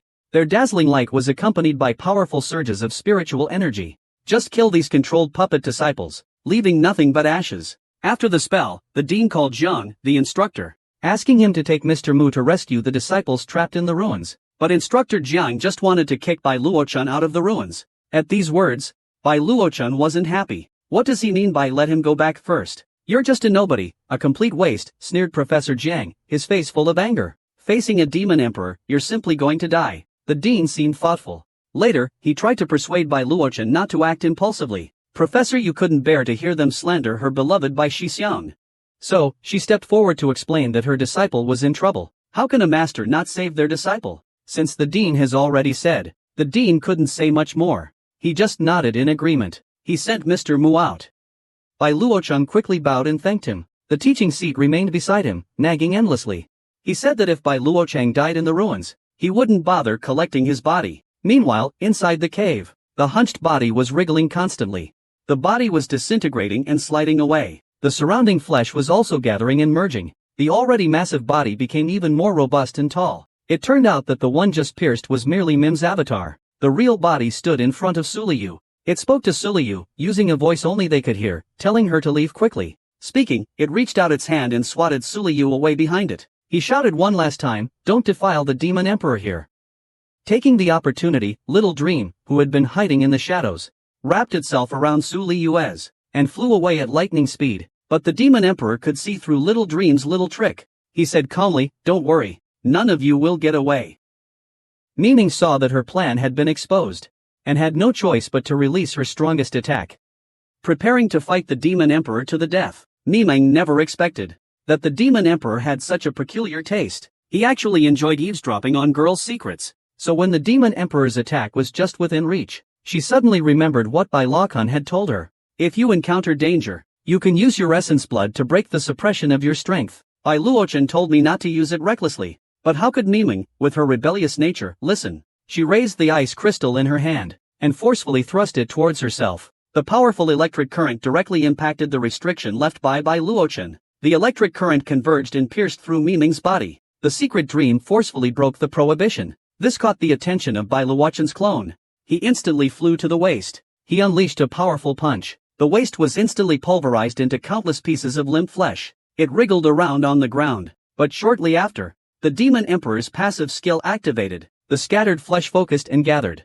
Once again, it formed the massive body of the Demon Emperor. The Demon Emperor looked up towards the sky where the mist had dissipated. Who was the fool who dared to attack him? He saw in the sky above. Bai Luochen's clone once again began to gather immense energy. Su Liyue was in danger. The secret dream was shattered. This completely enraged Bai Luochen's avatar. Powerful energy began to gather from all directions. There was a sense of crushing the Demon Emperor with a single blow. The avatar threw the energy towards the Demon Emperor. The entire attack was like a black hole descending. Space began to warp and distort. The Demon Emperor's surroundings started to crumble. A deafening roar shook the heavens. It shattered throughout the entire ruins. The secret dream's body, which had just pierced itself, had already petrified, lifeless. Suddenly, a plume of blue smoke emerged from its petrified mouth. At the same time, a cocoon wriggled out. It landed on the ground with a thud. Electricity was still flowing across the cocoon. The moment it touched the ground, the cocoon instantly grew larger. Just like when Bai Luochen suppressed her secret dream, a massive ripping sound came from the entire cocoon, accompanied by a delicate figure. The reborn secret dream emerged from the cocoon. Her cultivation, previously suppressed to the level of a Yao Wang by Luochang, returned to the Yao Huang realm. The wings on her back gradually grew out. The place where she was attacked by the Yao Di and the wounds from breaking the shackles had completely healed. At this moment, Miming was transforming while cursing Bai Luochuan's cruel imprisonment. Thankfully, she had the ice shard to break out of her shell and save herself. Just then, Shi Xiaoming flew over. She chirped and pointed with her eyes in a certain direction. Miming didn't have time to think. Following Xiaoming, she flew towards the direction of Su Liyue. Xiaoming stopped at a patch of grass. She pointed at Su Liyue, who was lying on the ground, and waved her wings continuously. Miming was startled to see Su Liyu before him. He couldn't help but be surprised. As a scattered immortal who has been reincarnated, Su Liyue originally possessed a strong body and physique. How could he be invaded by the demonic aura emanating from the Demon King, and have a ghost tree demon flower parasitize his right eye? It was also gradually eroding his body. Miming was stunned by this sight. I secretly thought I would pretend not to see it, since the stillness had already been broken by me. Bai Luochen wouldn't find me for a while. Anyway, he always treated me like a spirit pet, not only restricting what I could eat, but also giving me no freedom. Living in a dilapidated cave was one thing, but I also had to fight Su Liyue for a blanket at night. Miming felt increasingly wronged. But then she thought about Su Liyu, her natural talent, and the hard work and dedication she had put into her cultivation under Miming's guidance. Su Liyu wasn't entirely useless as she had initially thought. Miming complained that Su Liyu only caused her trouble. But her body acted out of her own volition, picking up Su Li, and began to flee towards the distance. The arrogant and domineering Demon Emperor was now beaten and running for her life. He was powerless to fight back. He quickly used his body cells to form a giant mount. He flew away quickly to escape the attack range of Bai Luochuan's avatar. But the lightning behind him was gradually approaching. The rumbling sound came closer and closer. A huge bolt of lightning pierced the sky. It struck directly on the giant body transformed by the Demon Emperor. It knocked him down. In the forest, wherever I go, there's a cloud of dust. My whole body is smoking. The flesh on my mount is almost cooked from the lightning strike. The Demon Emperor pushed aside his mount's head, slowly stepped out, looking at the clone in the air with full of confusion. Thinking to himself, there shouldn't be such a powerful person in the underworld, hurriedly asked who you are. The clone, Xiang Ta, wasted no time and started gathering energy in his hand again. Feeling ignored, the Demon Emperor couldn't help but show a fierce rage in his eyes. Controlling the huge mount he was riding, he unleashed a blast of purple flames towards the clone. Meanwhile, in the small forest in the distance, Zhang Jiaoshi looked on with worry at the battle between the Demon Emperor. He was afraid that he would be killed before he could even charge in. I can't worry about the disciples now. My own life is the most important. Turning to look at Bai Ruocheng, that useless one. He was holding it captive with his fingers. He poked it directly at the Jiang sect leader who was about to erupt in anger, knocking out the real coward and useless one, tying him to a tree. This way, no one will disturb me from dealing with this arrogant and overbearing demon emperor. The demon emperor, battling his own clone, was struggling to defend against its attacks. He was retreating continuously, wondering if he would be forced to hide his resentment here once again. Just as the demon emperor was panicking, a golden halo suddenly appeared in the sky. From the light, an 8-headed monster, calling itself a ground demon, slowly descended. Had this hallelujah forgotten that his underling had already been roasted into honey-glazed wings by Luo City? You dare to appear so openly? The demon emperor, however, has found a way out of his predicament. He's extremely excited. With the help of the demon king, he's absolutely invincible. Stone's clone in the air is approaching, gradually dissipating, returning to its original body. The demon emperor, empowered by the DMO, once again displayed his arrogance, acting like a dog with a bone. He became increasingly arrogant. Seeing his own clone gradually dissipate, he assumed his current terrifying strength had intimidated the clone. He hurriedly used his attacks to block the clone's escape. Suddenly, an attack from the Jade Hairpin Temple appeared out of thin air in the sky. Accompanied by thunder, it crashed down. Bai Luocheng, the universally acknowledged weakling of Qinghong Academy. He arrived, his sword energy surging for 3,000 miles. His sword's cold light illuminates 19 states. Bai Luochuan's words were light and rapid like a downpour. 5-star road talismans fell heavily from the sky. Miming, in the distance, was startled. This is the aura of the old monster, Bai Luochun. The talismans and the purple flames spewed from the demon emperor's mount collided violently. The talisman's power directly shattered the flames. The demon emperor inside suddenly looked up at the sky. He couldn't help but be startled. There were actually other experts here. He hurriedly asked the Bai Luochen in the sky, "Who is he?" Bai Luochen looked at the demon emperor with a mocking smile and said, "You've been fighting my clone for so long. Now you're asking me who I am." He finished. The yellow prisoner in his hand transformed and flew straight toward the demon emperor. Countless yellow lines, like ropes, bound the demon emperor. The demon emperor was instantly struck with fear. How could Bai Luochen, a mere Xianzhao level 7, possibly possess such a powerful skill like the binding immortal rope? After the binding immortal rope bound the demon emperor, it continued to burn his soul. Meanwhile, Bai Luochen turned to the demon emperor and asked how he knew Hallelujah. The demon emperor values loyalty and righteousness. He kept his mouth shut, but the burning of his captive made him suffer terribly. He kept begging Bai Luocheng to let him go. He truly didn't know. But how could Bai Luocheng believe his lies? Suddenly, Mi Meng's voice came. Bai Luocheng was startled. She hastily turned her head. Mi Meng flew over with Su Liyue in her arms. She saw that her apprentice had been infected with demonic energy. Bai Luocheng was furious. Mi Meng, on the other hand, acted like a green tea girl. She spoke in a saccharine voice, saying it was all her fault. She hadn't taken good care of her. Su Liyue pointed at the demon emperor and said, "It was all his doing." Bai Luochen was furious. "He's so merciless. He'd even attack his own disciple," he said, raising the captive with the blue flames in his hand. The demon emperor, who thought he had escaped, could now feel the heavy killing intent in the air. He hurriedly shouted, "Don't kill him. Otherwise, the demon emperor wouldn't let him go." Bai Luocheng doesn't even panic when he meets the demon lord. How could he be afraid? A tiny demon emperor. The gate to the underworld behind Bai Luocheng slammed open. The aura of death was chilling and sharp. Several strands of death chi tightly wrapped around the demon emperor's body, dragging him towards the gate to the underworld. The gate to the netherworld, having absorbed the demon emperor, slowly closed. Only the demon emperor's pained cries echoed. It was done. The demon emperor disappeared within the ruins. Mi Meng, standing beside Bai Luochen, was too terrified to speak. A powerful demon emperor had been completely powerless to resist. The old monster had instantly killed him. The old monster is indeed an old monster. You must never provoke him in the future. The firewood chopping that the entire academy looked down on has actually taken on a reincarnated scattered immortal as his disciple. Bai Ruochuan is actually Su Liyue's master. He will come to rescue his disciple in any situation where they are in danger. Just now, the demon emperor was dragged into the netherworld gate. Su Liyue, whose body had been infected by demonic energy for a long time, was beyond control and let out a deafening roar. She went insane and ferociously pounced towards Bai Luochuan. Seeing this, Mi Meng was terrified. But Bai Luochuan, as if seeing through everything, let Su Liyue, controlled by demonic energy, bite his neck. Su Liyue sucked Bai Luochuan's blood. The demonic flower on her eyes gradually withered and burned. It slowly fell from her eyes. It disappeared. Su Liyue's consciousness began to recover. She hurriedly apologized to her master who stood before her. It was her who had strayed, and it was her who had infected her master with demonic energy. Bai Luochun didn't seem worried at all. This is just a remnant of the demon emperor's soul. It poses no threat to Bai Luochun.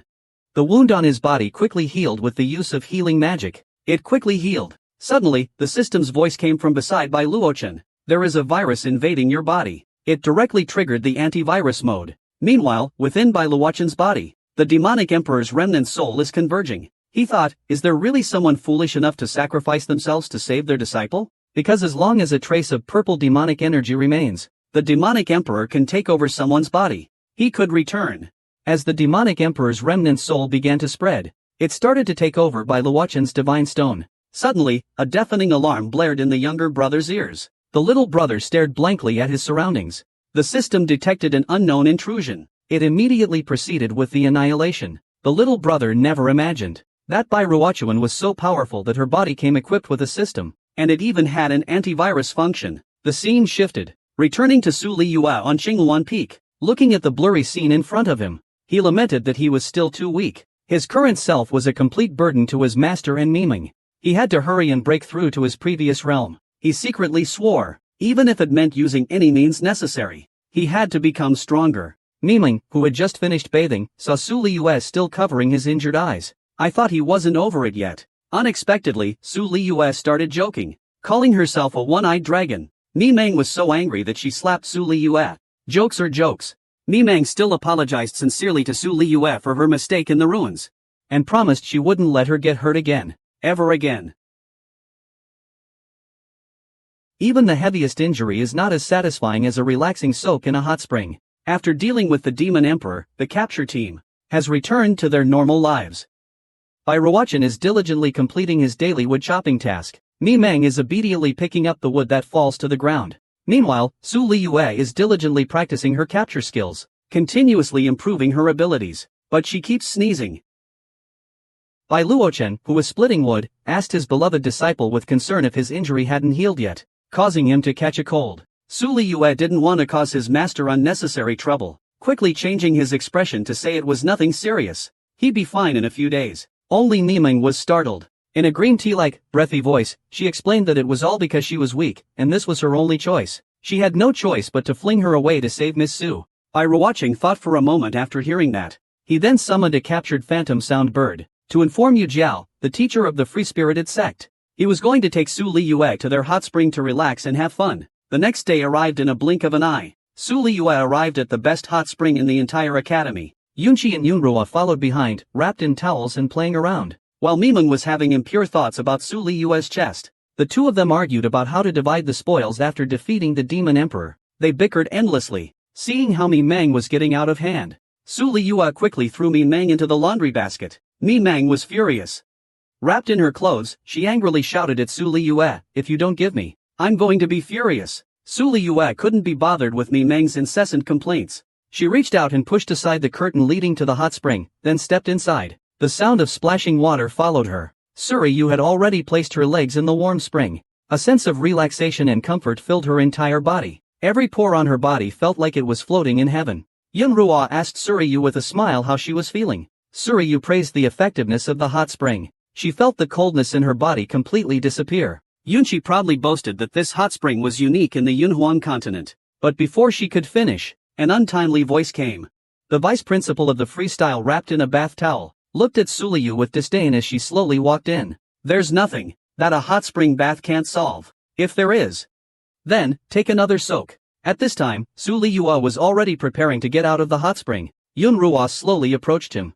Taking advantage of Su Liyue's distraction, she directly pulled away the bath towel from his body. A curvy, round body was revealed.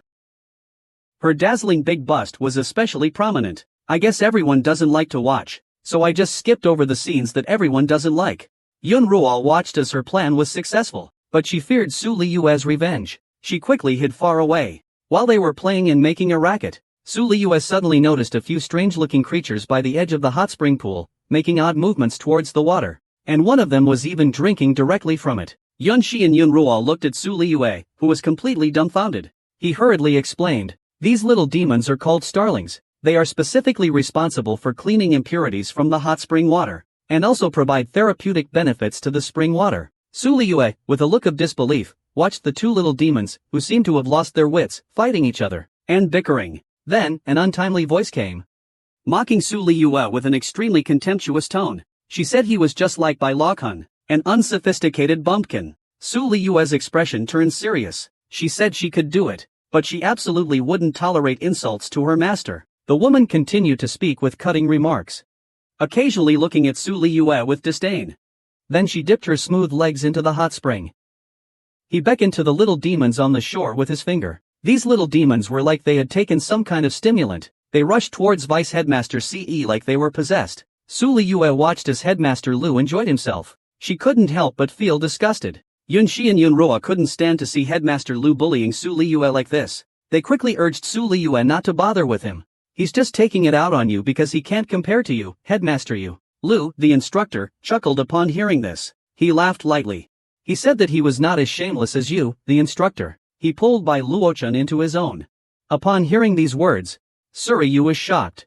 How could her esteemed master, whom she had always admired, do such a thing? Never make a woman jealous. Otherwise, he would force her to go and have a baby with him. Su Liyue had an unspoken affection for her master. However, this affection could actually cause her to go insane during her practice. Her eyes were bloodshot. She rushed towards Bai Luocheng like a maniac. What exactly caused Su Liyue to be so jealous and insane?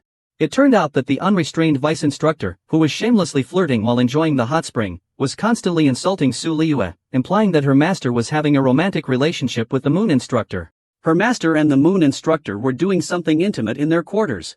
And in the actual scene, the temperature inside the Headmaster Yu's residence was indeed gradually rising. Bai Luochen said he didn't want to, but Headmaster Yu's face was flushed red. She was panting, saying rock, rock, rock. Bai Luochen was sweating profusely, looking at everything before him with a troubled expression. A lone man and a lonely woman, sharing the same room. And wouldn't it be a little inappropriate to grill meat inside? You, the instructor, joked. You wouldn't know about the taboo of using the wind capturer to blow up someone's skirt to see their little sister when you were young. Bai Luochang quickly explained that he was still young and didn't understand back then. But Bai Luochang also knew that you, the instructor, had called into his residence for more than just grilling meat. So he asked you, the instructor, only to find out that you, the instructor, wanted to invite him to explore new secret techniques together. But Bai Luochang said he was only looking for the seventh realm. What if he went to the FAP to help? And with so much happening recently, only Suryu was left in the sect. I wasn't comfortable leaving her. You instructor had Bai Lokun take Suryu with him into the secret realm.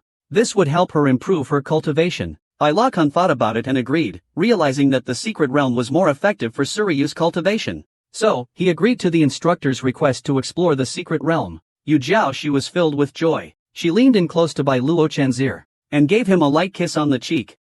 Suddenly Su Liyu pushed the door open and entered. She saw the intimate scene between Yu Jiaoxi and her Shizuan. Her face puffed up with anger, she grabbed Bai Luochen's hand and was about to return to Qingluan Peak, escaping this place that made her jealous, while Yunxi and Yun Ruoze looked at their Shizuan with a smile. Everyone rushed to congratulate Instructor Yu, whose face was radiant with joy. Back at Qingluan Peak, Su Liyue, without a word, vigorously pushed her cultivation to new heights. The sound of burning firewood crackled beside her. Bai Luochang, praising her, walked towards Su Liyue. He remarked that her learning ability was truly impressive. However, he suddenly felt that something about Su Liyue's expression seemed a little strange. He was still pondering this when Su Liyue directly grabbed Bai Luochang's collar and pushed him to the ground. Bai Luochang was greatly surprised. Su Liyue actually got on top of Bai Luochang and was about to have a baby with her master. Bai Luochang's true strength is to kill anyone who stands in his way, a power that can vanquish even gods and Buddhas. Only when faced with my own disciple could I not bring myself to be ruthless? Su Liyue, being the reincarnation of the umbrella immortal, never imagined that she would be influenced by affection, and in the midst of her cultivation, go astray and become obsessed. She poured out love towards her own master. Not only did she sit on Bai Luochang's waist, she even started tearing at her own clothes, muttering to himself. He wanted to have children with his master. He even had 3 names for the monkeys ready. Bai Luochuan watched Su Liyue, who was gradually becoming disrobed. He thought to himself that things were not good. He hurriedly used their master-disciple relationship to stop Su Liyue, stopping him from continuing. But Su Liyue, who was blinded by his feelings, how could she wake up so easily? Bai Luochang was struggling within herself, but in the end, she still squeezed out a blue charm. She reached out and pressed the heart-calming talisman onto Su Lingyue's forehead. Immediately, a wave of coolness spread throughout her body. The burning heat on her body slowly receded. Su Lingyue felt as if all her strength had been drained. She lay motionless on Bai Luochang. At the foot of the Fanghu Mountain's secret realm the next day, the two teams of Qinghong Academy were fully prepared to enter. Everyone was currently gathered in their temporary tents, discussing the overall battle plan for the secret realm. Bai Luochen, as the head of the operation, had the unrestrained and captive teams under his command. Bai Ruochuan turned to Su Liyue, who was staring blankly into space, and told him not to get too caught up in the resources. Be sure to stay safe. Looking at Master's concerned gaze, Su Liyue's fuzzy memory vaguely recalls that she almost did something inappropriate to Master that night. Bai Luochang. As a dignified scattered immortal reborn, how could I do something so outrageous? Bai Luochen looked at Su Liyue, his expression tense. He didn't know how to persuade him, how to untie the knot. Suddenly, a panicky voice came from outside the tent. The disciple from the CE sect rushed in, saying that someone had attacked them while they were preparing to enter the secret realm at the Qinghong Academy. Bai Luochang was once the most powerful warrior in this world, but he willingly spent decades chopping wood at Qinghua Academy. Behind the scenes, he possessed a top-tier system. He was discreetly called a useless by the entire academy's disciples. None of this bothered Bai Luochang, but other academies specifically came to bully Bai Ruocheng, the Qinghong Academy that Bai Ruocheng had previously spent his cultivation to protect. How could Bai Ruocheng possibly let them off lightly? Just now, the disciples of the Free Spirit faction rushed into the temporary tent, their faces flushed with urgency. They reported that their faction had been attacked by unknown assailants. Yun Ruo turned to Bai Ruocheng, asking what to do. Bai Ruocheng didn't endorse his disciples bullying the weak, but he wouldn't tolerate his disciples being bullied. He wouldn't stand for it. Saying that, she went out with Yun Ruo. Let's see who is so audacious to make trouble here. As Yun Ruo stepped out of the tent, she instantly recognized the person as Song Mingxiu, the former vice headmaster who betrayed his sect and joined the Ecstasy Palace. Song Mingxiu, now an elder of the Ecstasy Palace, looked at Yun Ruo with arrogance and spoke disrespectfully. Yun Ruo retorted a few times. Finding it uninteresting, casually pulled out a jade green flute from her large chest. She threatened to properly discipline this Yun who didn't know how to respect her teachers.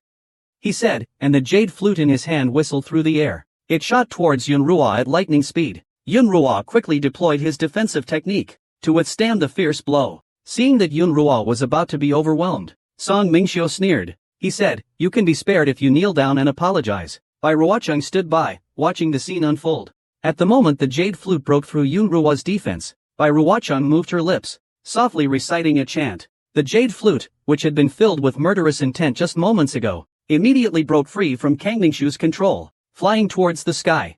Kang Mingxiu was also startled. The spiritual energy she had cultivated for so long was no longer under her control. After spinning once in the air, the jade flute was steadily caught by Bai Ruocheng. He dared to betray his master. Song Mingxiu looked closely, and couldn't help but curse. "You're the lover of that slut from the moon sect, Bai Luocheng, right?" Bai Luocheng didn't pay any attention to Song Mingxiu's shouts. He immediately put the jade flute to his lips and blew.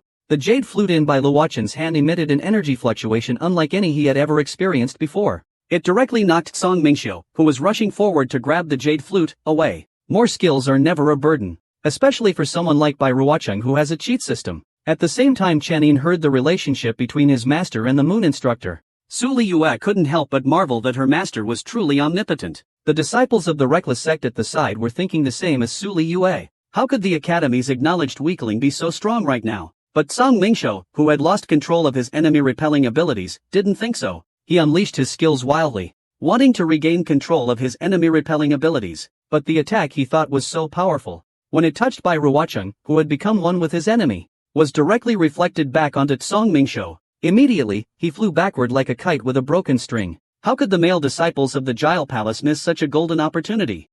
They ran towards the angle where Song Mingxiu was falling. Precisely. Their hands firmly grasped the turbulent waves of the Great Wave Barrier. They lifted Song Mingxiu up. They ran away towards the distance, amidst Bai Luocheng's curses. Bai Luocheng didn't chase after them. He directly gave the jade flute to Yun Ruo, whose eyes were gleaming with excitement. The other disciples who had been waiting nearby surrounded Bai Luocheng, chattering non-stop. Even Su Liyue didn't hear her congratulations to Yun Ruo. Bai Luocheng saw Su Liyue walking into the tent, her face puffed up with anger. He could only awkwardly chuckle and let it go. Only Mi Meng, who had been by Su Liyue's side the whole time, could see that she was annoyed with Bai Luocheng's old-fashioned ways.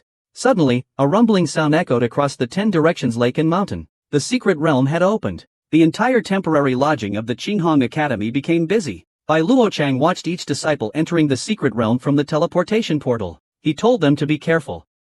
Only when it was Su Liyue's turn, Bai Luochang specifically explained. This secret realm, he would be by her side. Diameng interjected, not intending to be serious. The master and disciple, who had been about to speak, were interrupted. Su Liyue didn't say anything more. She turned and entered the teleportation portal. Bai Luokan had no choice but to enter the teleportation portal as well. Outside the teleportation portal, the disciples of the Bliss Palace were controlling the demonic snake, monitoring every move of the Qinghong Academy at the teleportation portal. Song Mingxiu, who had been knocked unconscious by the enemy and had regained consciousness, he unleashed a flurry of punches, a barrage of blows, on the disciple who had just embraced his large bosom.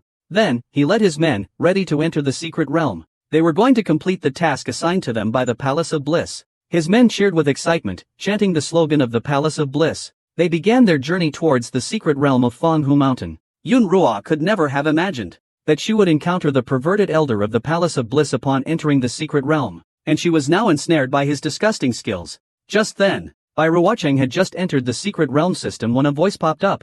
Inside the Fanghu Mountain's secret realm, Bai Ruocheng had to suppress the secret realm soul group. Otherwise, he would lose 30% of his spiritual energy. This would cause him to become a useless piece of trash in the Qinghong Academy once again, someone everyone would scorn. Bai Ruocheng had no choice but to join the Combat Academy. After a disciple enters the secret realm, we will all be teleported to different places, and each area has already been surrounded by a net of traps set by the Paradise Palace. Yunru had just entered the secret realm, and was ambushed. After a deafening explosion, Yunru stared at the scene in disbelief. Her full-strength attack had no effect on her opponent, the pink-haired woman from the Paradise Palace. Her strength is clearly superior to those weaklings on the ground. The woman now boasts that she will properly discipline you. Thick, fleshy tendrils surged towards Yunruo. Helpless, Yunruo hurriedly placed the Jade Emperor's melody, breaking formations, the musical score by Ruocheng previously obtained from the Elder of the Bliss Palace, forming a green shield. To defend against the attack of these thick fleshy tendrils, the shield gradually expands, and stands in front of Linruo. It was simply crumbling under the attack of the thick, fleshy strips, so defenseless. It disintegrated directly, gradually disappearing from sight. Taking advantage of the situation, the thick, fleshy strips directly wrapped around Yunruo's body, tightly binding his entire body. And on the fleshy strips, there was a viscous, slippery mucus, gradually devouring the spiritual energy from Yunruo's body. The woman with pink hair slowly walked towards Yunruo, who was bound. She grabbed onto Yunruo's heaving chest. Her slender hand directed the fleshy tendrils to invade. The tendrils, accompanied by viscous fluid, made Yunruo even more helpless. Yunruo, while still somewhat conscious, hurriedly ignited the rescue beacon Bai Luocheng had given them, because if she didn't send a rescue signal, Yun, if you feel like you're about to lose yourself to the temptation of the meat skewers, and can't pull yourself back. The pink-haired woman saw that Yunruo was still conscious, and raised her right hand, slapping Yunruo's round bottom. A loud slap echoed. And Yunruo couldn't hold back anymore. She yelled out. But the pink-haired woman wasn't satisfied yet. He directly revealed the magic staff he used every night under his cloak. Yunruo closed her eyes tightly. She endured the pain. Just then, a grilled fish flew quickly from afar towards them. It pierced straight through the body of the woman in pink who hadn't finished showing off her midnight toy. The woman in pink immediately bled profusely. She died instantly. He fell to the ground with a thud. The restraints on Yunruo loosened with his fall. The one who saved him was Bai Ruocheng, who had rushed over.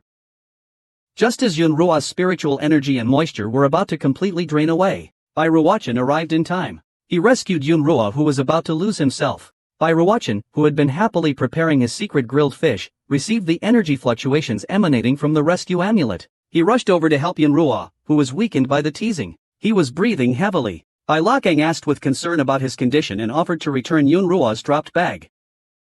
He asked Yunruo to rest for a moment before they went to find the other disciples together. Suddenly, Yunruo heard a strange noise coming from the side. He quickly pulled on Bai Luocheng's clothes. They watched as the pink-haired woman was killed. A strange, winged, one-eyed monster crawled out of her storage bag. It was about to spread its wings and fly away. Bai Luocheng, please chant the spell. Immobilize the Cyclops in the air. With a whoosh, he controls it and grabs it in his hand. Apparently, this thing is called the Soul Wind Paradise. They must be using them to collect souls everywhere. Having said that, he clenches his fist and annihilates it.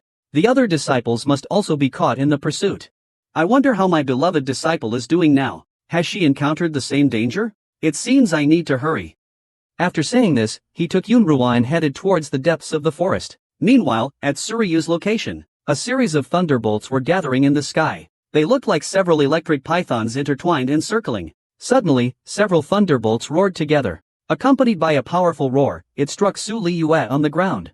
The moment it made contact with his skin, the immense electric current was gradually absorbed into his body. Only a small amount of electricity remained, swirling around Su Liyue. It turned out he was diligently cultivating, using the lightning. The vast energy was gradually being absorbed, and he was slowly exhaling a mouthful of undigested spiritual energy. As he was reflecting on the gains of this cultivation session, suddenly, I was startled by a tap on my shoulder. I was instantly startled. I turned to see it was Mamengshi.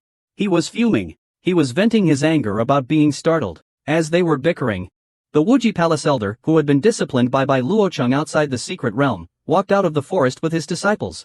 Yunhuang Continent's top-tier expert, the immortal soul ancestor, was successfully revived. While Song Mingxiu broke free from his restraints and ran away, Mi Meng quietly approached Su Liyue, planning to take her with him. Unexpectedly, Old Six snatched Su Liyue with a flick of his hand. Mi Meng was completely baffled by Old Six's actions. Old Six, carrying Su Liyue, jumped into the mud pit where Song Mingxiu had just escaped using his magic. Mi Meng shouted anxiously from a distance, "If you're running, take me with you." The Soul Tribe members on the other side watched coldly as Old Six disappeared. He said self-deprecatingly that there was actually someone in the Yunhuang continent who dared to snatch someone away in front of him. The Soul Envoy quickly stopped the Soul Clan leader from erupting in anger. The one who escaped was the person who had been helping him to resurrect. "Please, Soul Ancestor, spare him out of consideration for our past friendship." The Soul Ancestor had no choice but to let it go. Turning towards the Four Wings disciples, he was about to absorb their souls. Mi Ming stepped in front of them, directly blocking the path. She mobilized all of her strength to resist the Soul Ancestor's soul-devouring power. "I still can't help but complain that I've been using this rescue talisman for so long. Why hasn't Bai Luochun arrived yet?" Just then, a huge explosion suddenly came from the top of the cave. A golden light rushed in from the ground. A giant axe smashed into the ground. Bai Luochun's voice also came into the cave. "I just don't understand why these bad guys always like to hide in nooks and crannies, making me search all over for them." Seeing Bai Luocheng's appearance, the Soul Group inexplicably felt the presence of death descending once again. Cold sweat trickled down their faces uncontrollably. Bai Luocheng looked at the Soul Group with disdain and said, "What are you looking at? Never seen a protagonist before?" The two Soul Stones were also startled. Who is this person? He could actually find their hidden cave. And the Soul Clan cares about someone who seems weak, but they can't see through him at all. Then Bai Luocheng jumped down from the ground and landed in the cave. He looked at the corpses in front of him and guessed the reason and outcome of Gile Palace's collecting souls from different places. The Soul Bone people are ruthless and don't say much, since they can't see through Bai Luocheng's strength, so it's better to kill the hidden danger with your own hands. Raise the soul refining banner in your hand and launch a fierce attack on Bai Luochen. Suddenly, the black tentacles let out a sound of disgust. They charged towards the distant Bai Luochen. Bai Luochen didn't spare this old geezer. He casually pinched a 5-star divine talisman and transformed it into a golden divine dragon. It roared up into the sky. The powerful celestial might directly obliterated the black tentacles. They were utterly destroyed. The booming sound echoed through the cave. The Soul Clan, with expressions of disbelief, wanted to know who this divine talisman master, who was only at the 7th level of Xianzhao, was. Bai Luocheng scornfully said to this emperor immortal, who was like trash in his eyes, "You want to know who I am? I'm your father." Bai Luocheng actually said he was the Soul Ancestor's father. He really humiliated the Soul Ancestor. Facing Bai Luocheng's blatant provocation, the Soul Ancestor's initially timid heart could no longer hold back. His eyes widened in shock. He looked like he was about to swallow Bai Luocheng whole. He unleashed the immortal realm. 5 poison soul-seizing formation. More black water bubbled up from beneath the Soul Clan's feet. The 5-star divine talisman, upon encountering the spell released by the Soul Clan, had absolutely no effect on the black water. The unstoppable black water instantly surged to Bai Luocheng's surroundings. The Soul Clan's vicious voice transmitted.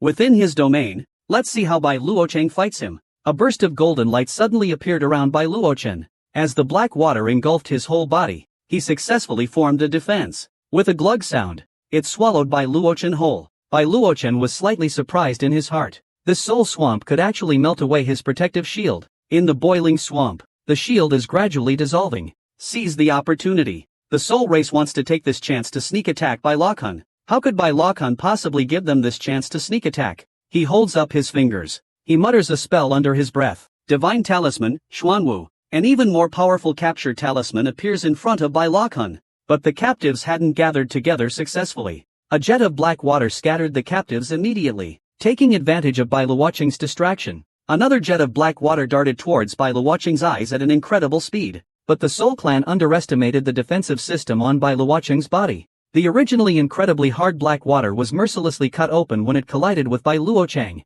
The Soul Clan still thought that within their own territory, all food must submit to them.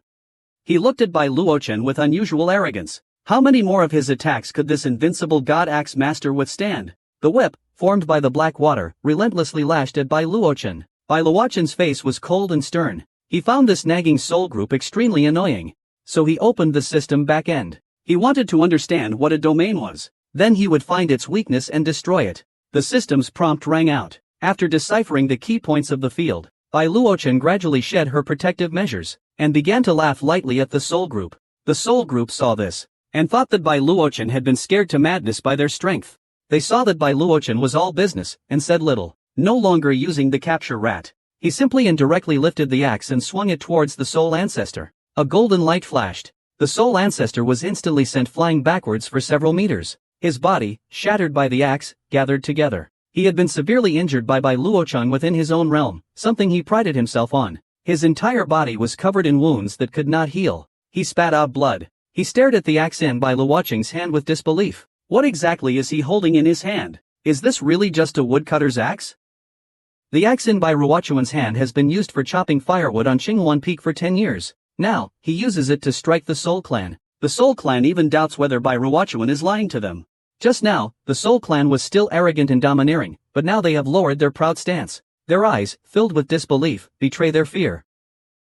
Bai Luoqing casually swings the axe. A flash of golden light. The Soul Clan was severed at the waist. They died instantly. The Soul Clan, who couldn't even survive the third level, officially went offline. Then, the domain's dark voice shattered. The Soul Envoy, who was bound by Mimic's secret, showed a look of joy. It must be that the Soul Clan has dealt with Bai Luoqing, that useless fellow. Once the ancestor comes out of the domain, we will. He has to help himself break free from the soul-binding secret dream. As the light gets brighter, the secret dream murmurs, is the old monster coming out? The sound of the domain breaking apart echoes, crack, crack, crack. Bai Luoqing slowly steps out of the domain. In his hand, he's carrying a bloody object. Yunrua sees Bai Luoqing and her face lights up with joy. The male soul user and Yunrua's expressions contrast sharply. Bai Luoqing threw the bloody thing in his hand towards the lost male soul. Taking a closer look, it was the skull of a Soul Clan member. Before he could be shocked, a blinding light flashed. The massive explosion shattered the male soul envoy to pieces.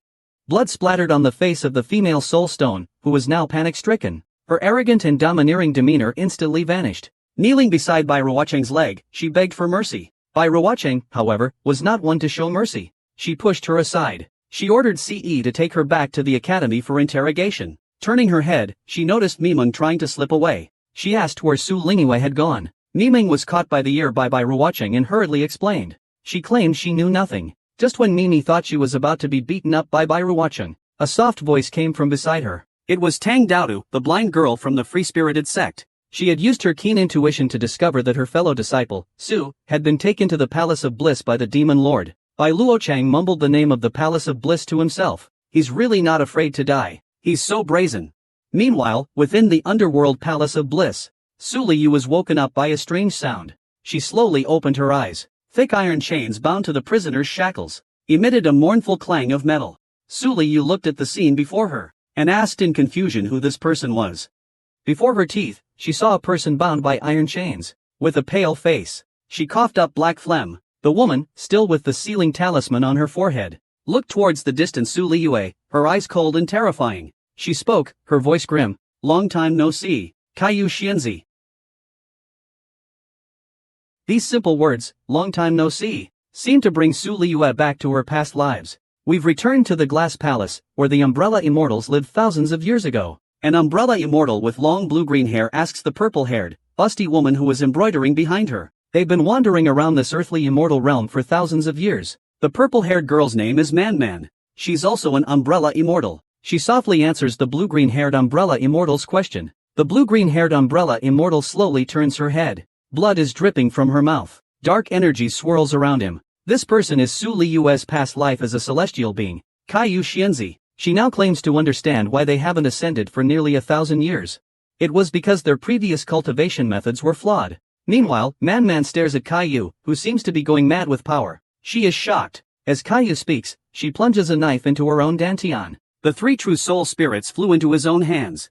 His eyes widened. He pointed at the 3 true soul spirits and said, "These are the reasons why I can't become an immortal." After saying this, he directly crushed one of the golden orbs that was still emitting light. Seeing this situation, Man was certain that Kaiyu had gone mad. He quickly summoned the Jade River formation to have him guard it. The corrupting aura was gradually eroding Kaiyu's sanity. His eyes, cold and harsh, fixed on Man in the distance. He roared in anger, "Don't interfere." His voice resonated. The knife in his hand flew out with a whoosh. Man was casting a healing spell on Kaiyu. She couldn't dodge in time. The knife Kaiyu threw pierced through Man's chest. The pleasure of crushing the first true soul origin god made Kaiyu crave more. He couldn't help but crush the second. The corrosive aura was becoming increasingly severe. It was giving Kaiyu endless dark energy. Sayo's golden energy was mixed with powerful corrosion, leading her to believe that she was truly cultivating her true soul. This resulted in her inability to ascend for thousands of years. She couldn't help but look towards the distance where she had severely injured the slowly revealing. Slowly, her eyes filled with tears, watching Kaiyu, who had become lost. She felt immense pain. Sayu was also confused at this time. He had clearly reached an unparalleled height. Why hadn't he ascended yet? Just as he was pondering this, he suddenly realized that he had only crushed 2 true souls. The third one had been inadvertently taken by Man. Immediately, a bloody light soared into the sky. His dwelling, the Lioli Palace, collapsed completely. Meanwhile, Man was hiding within the spell she had cast, healing her own wounds. She secretly vowed to bring Kaiyu back to their original form no matter what. But Kaiyu, now consumed by madness, did not think the same. The corrosive aura had permeated Sayo's body. Standing in the air, Kaiyu calmly looked down at this area. He was determined to find where Man had escaped. He crushed his third true soul. Achieving ascension. A song of heartbreak. Where in the world can I find a kindred spirit? In her past life, Su Liyue had the good fortune of having Kaiyu as her friend. It was truly a stroke of luck. Otherwise, her 3 true soul spirits would have been crushed. In the future, she wouldn't even have a chance to reincarnate. The sky above the broken Lioli Palace was now chillingly cold. A strange, crescent-shaped moon, bathed in sunlight, cast its reflection on the land. Kaiyu stood on the moon ferry wheel, gazing down at everything below. The corrosive aura began to mend Sayo's broken body. She mumbled to herself, "We agreed to become immortals together. Man actually stole my true spirit and soul." Her anger grew. Her eyes widened. "This time, even if I have to block the earth veins, I will find Man." Thus, releasing his own rotation. Day after day, gradually engulfing the sunlight. The land that was once filled with warmth was gradually covered by darkness. He slowly watched the scene unfold. He was also very surprised. His herb-gathering ability had indeed become much stronger after going into a demonic state. He immediately activated his unique magic arts. It emerged from the depths of the lake, accompanied by a slow spell. A giant clam soared into the sky. It unleashed its strongest attack to stop the cycle of collecting herbs. Zhu could only be seen slowly chanting the incantation, using the art of divination and escape. The blue ice dragon, composed of frost dragon crystals, let out a deafening roar. Like the colorful glaze casting a spell within the ice dragon, the deafening roar was close at hand. The ice dragon's huge maw was about to devour the glaze. As it entered the glaze, its body began to move. The giant dragon's form paused in midair for a few seconds. Its entire body, as if chopped in half by a blade, disintegrated amidst the sound of the explosion. The world on one side, after the roar subsided, looked like it had gone through a great war. The mountains and the muscles were all cut in half. Slowly, he managed to escape in the midst of the crisis. Otherwise, he would have been chopped into pieces by now. Standing in the air, Kaiyon's gaze locked onto Man, who was hiding in the earth. He urged her to stop resisting. He demanded that she hand over her third true soul. If she kept running, he would level whatever place she hid in. Having finished, he summoned a group attack out of thin air. Dozens of purple nebula spells materialized around him. He was bombarding the ground indiscriminately, where she was hiding using earth. The entire world shook with the explosion. The ground was shattered. Man had nowhere left to hide. Kaiyu directed the purple star cloud spell towards the green flame below. Seeing the cloud appear, Man was startled. She quickly released her spell to counter Sayo's indiscriminate attack. Otherwise, before he stopped Caillou, he himself would have fallen, along with the attack's pause. He slowly chanted the spell for a long time. Finally, the spell was successfully cast. A massive celestial wheel appeared beneath Manman's feet. He decided to use the reincarnation technique to stop Caillou from going mad. Unexpectedly, Caillou questioned Manman, saying that he just wanted to become a celestial being. Was there anything wrong with that? What could make the umbrella immortal reincarnate? Su Liyuan knelt on the ground and cried silently. What made her start to doubt that she was also a heartless killing machine? It was just now. Su Lingyue saw her own reincarnation before she was born. A madman who had gone mad and only wanted to become a fairy, actually killed the people closest to her. She gradually realized that she could not defeat Caillou. So she put her third true soul and spirit into De Bo Ba. If becoming an immortal means becoming this hideous, then I'd rather not be an immortal. He finished speaking and activated the 8 trigrams technique, burning his own soul to block the attacks that came from the now crazed adopting. The 8 trigrams transformed into a mythical dragon, accompanied by the rumbling of the sky wires above. It directly resisted adopting's attack with the moon immortal wheel. The deafening roar never ceased. Along with the shockwave, the two were gradually swallowed. Their world also vanished. Slowly, within Sayo's fading spirit, a voice softly appeared. It spoke of a future without Caillou. It urged Caillou to take care of his body, now being consumed by the corruption. Caillou muttered, why couldn't he become a celestial being with me, aren't we the best of friends? Within the spirit, Man softly answered Sayo's question. It's precisely because we are good friends, that he doesn't want Caillou to end up like this, He just wanted the naive and cheerful Caillou he knew before. Not the madman who only wants to become an immortal now. Accompanied by a series of coughs, Sayo's bloodshot eyes gradually became vacant. Staring at Man, who lay on the ground lifeless, Caillou softly called out Man's name, kneeling on the ground in a daze, and began to laugh foolishly, and kept saying that he had actually killed Man, using her last spirit stone, said that the 3 masters of the herb-picking cut represent the ego, self, and superego. Perhaps becoming an immortal is just a scam. But the ego he desperately snatched is the true Caillou. The real In just gently protects Caillou after she was reincarnated and sent into the cycle of rebirth. After she was reincarnated as Su Liyue, this separation will take countless years before they can see each other again. The last words were a farewell of take care, an endless sisterly love. Now, watching through the impression, he sees how he was consumed by his desire to become a celestial being in his past life, how his body was corrupted and he was reborn through reincarnation. Su Lingyue was unknowingly shedding tears. He could no longer forgive himself for his desire to become a celestial being. Su Liyue saw that his past self, reborn, had brutally murdered his dearest friend due to his obsession. His heart was on the verge of collapse. He couldn't calm down for a long time. Just as Su Liyue was weeping uncontrollably, and struggling with pain that he couldn't escape, a voice like a ghost echoed behind him. It seemed the memories he'd shown Su Liyue had triggered many things in him. Su Liyue turned abruptly, screaming at the voice behind him, "These are all fake. What do you want?"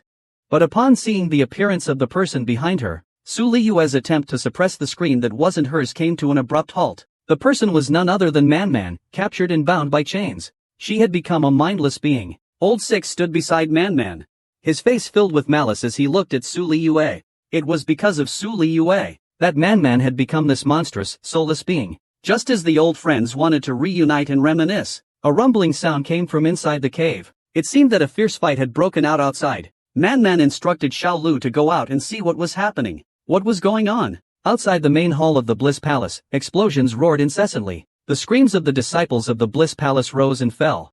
Bai Luochang slowly emerged from the thick smoke. "Hurry and return my disciple," he shouted. The princess of the Palace of Bliss, exasperated, secretly cursed her disciples for being unable to handle Bai Luochang alone. But then, she thought for a moment and sarcastically remarked, "Your disciple must be the food of that great being now." Bai Luochang, already on the verge of rage, heard this, and could no longer contain his fury. He immediately unleashed the blood-dissolving talisman, determined to make everyone in the Palace of Bliss pay for his disciple's death.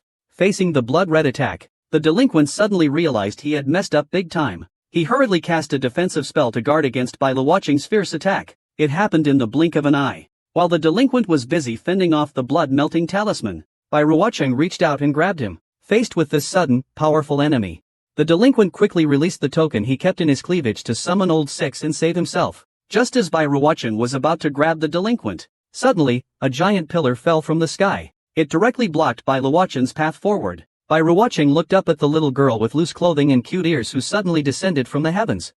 So, she was the one the people from the Palace of Bliss were talking about. A transcending tribulation stage demon venerable, Chang Xiaolu. Lao Lu, facing Bai Ruocheng, a Xianjia 7 level trash, still maintained a haughty and arrogant demeanor. He probably couldn't imagine what his arrogance would lead to. Bai Ruocheng was no longer in the mood to waste his breath on Lao Lu. The nearby stones were floating in the air, fueled by the aura emanating from Bai Ruocheng. However, Lao Lu mischievously made a face at Bai Ruocheng. Since he was Su Liyue's master, he would keep any news about Su Liyue from him. Bai Ruocheng's veins were bulging. Even the Demon King couldn't stop him from finding his disciples awakening. He extended his hand, unleashing his magic power towards Lao Lu. He pulled Lao Lu towards him directly. Seeing this, the one who deserved a beating's face turned pale with fright. He immediately broke out in a cold sweat. Lao Lu was lifted by Bai Ruocheng by the ear. He even said with disdain, "What can a Xianjia 7 concubine do to me?" But before he could finish his words, Bai Ruocheng lifted his hand. He raised it and slapped Lao Lu's backside with a resounding clap. Lao Lu's arrogant and domineering demeanor disappeared, his eyes now filled with fear. Bai Ruocheng activated the true god drum, unleashing heavenly might. Behind him, a massive golden statue of the white rock god gradually materialized, and once again struck Lao Lu's backside. The statue's hand rhythmically slapped down, causing Lao Lu to involuntarily spit and cry. But how could Lao Lu, with his proud heart, ever endure such humiliation? He continued to curse at Bai Luocheng. Bai Luocheng wasn't going to indulge this childish behavior from Lao Lu. Despite being a demon king, he was just a nobody in Bai Luocheng's eyes. He raised his hand and slapped Lao Lu's rear end again. After a series of loud smacks, Lao Lu's body and soul were on the verge of breaking. He screamed at Bai Luocheng in a fit of rage. He'll wait until Bai Luocheng is exhausted. Then it'll be his turn to torture Bai Luocheng. Bai Luocheng was startled. It seems he hasn't been beaten enough. His eyes suddenly lit up. The golden power of heaven reappeared. The violent sound of spanking echoed through the heavens, accompanied by the endless screams. The little rascal's bottom had been beaten up so high it was swollen. He was still being stubborn, cursing Bai Luocheng's mother. Bai Luocheng was so angry. His teeth were itching. This little brat's mouth was so tough. He refused to reveal where he got the Suliyu's jaw. The force on his hand increased a few degrees. The little rascal's screaming and crying became even more deafening. Chang Xiaolu never expected that a respected Yaozun would be spanked by Xin Jiaqi, a nobody. He, who dared to steal someone in front of the Emperor Immortal, was now crying under Bai Luocheng's Golden Emperor's heavenly might. The arrogant and overbearing look on his face vanished, leaving behind only the innocence of a child. Bai Luocheng didn't care if he was a girl or not. He just kept slapping him. The sound of the spanking made the already stunned Xianzhou open his mouth wide in shock. Is this the same revered 6th Venerable who was just beaten? After Bai Luocheng's spanking, the 6th finally stopped being stubborn, and decided to tell Bai Luocheng where his disciple was. He covered his numb bottom and said that he was actually on the same side as Su Liyue. He helped the Palace of Bliss to repay a past favor. Bai Ruocheng folded his arms and said helplessly, "Why didn't you just tell me sooner? This way, I won't get spanked." Lao Lu mumbled to himself. He looked at Bai Ruocheng, who was standing aside, with a face full of resentment. He had been watching the show from the sidelines, being a real pain in the neck.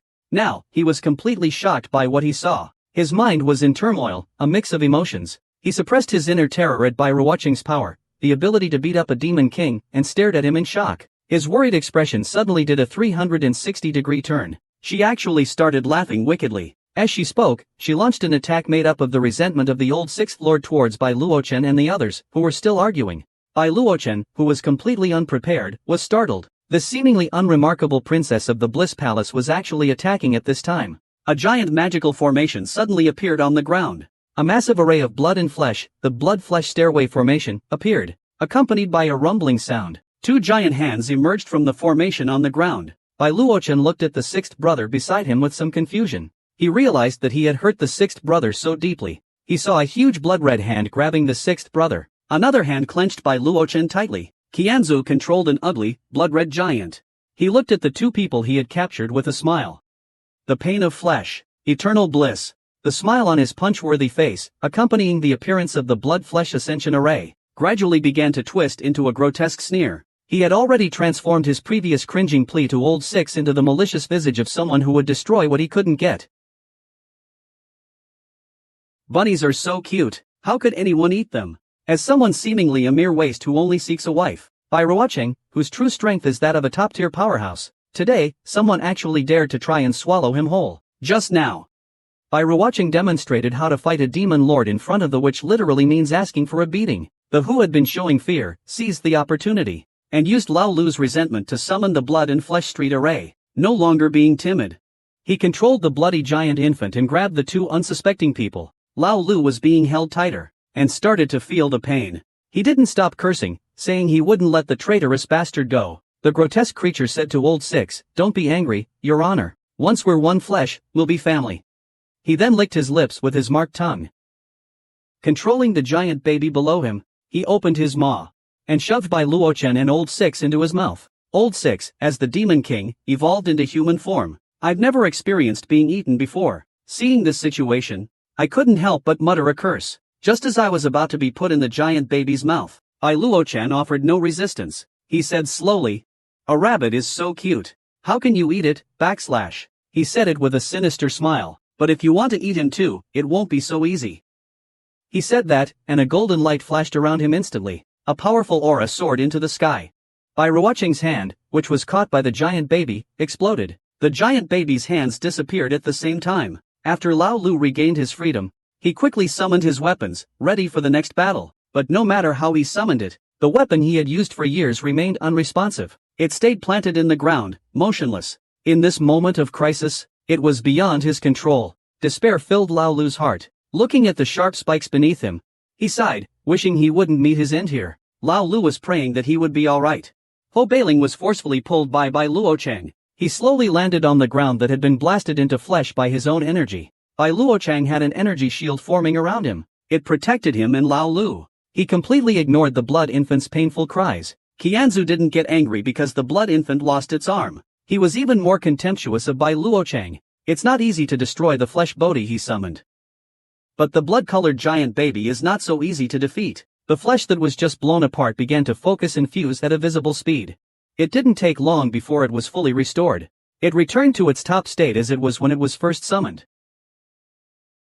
The princess of the Paradise Palace actually wanted to use the giant baby to eat Bai Luochen, but she underestimated Bai Luochen's true strength. He casually released some of his energy. The blood and flesh bodhi's hands instantly tore open. Soon, the giant infant's powerful regenerative ability restored its severed limbs. It started pursuing Bai Luocheng in anger. As Bai Ruocheng watched everything unfold, he muttered to himself, "Limbs regenerating. It's a bit troublesome.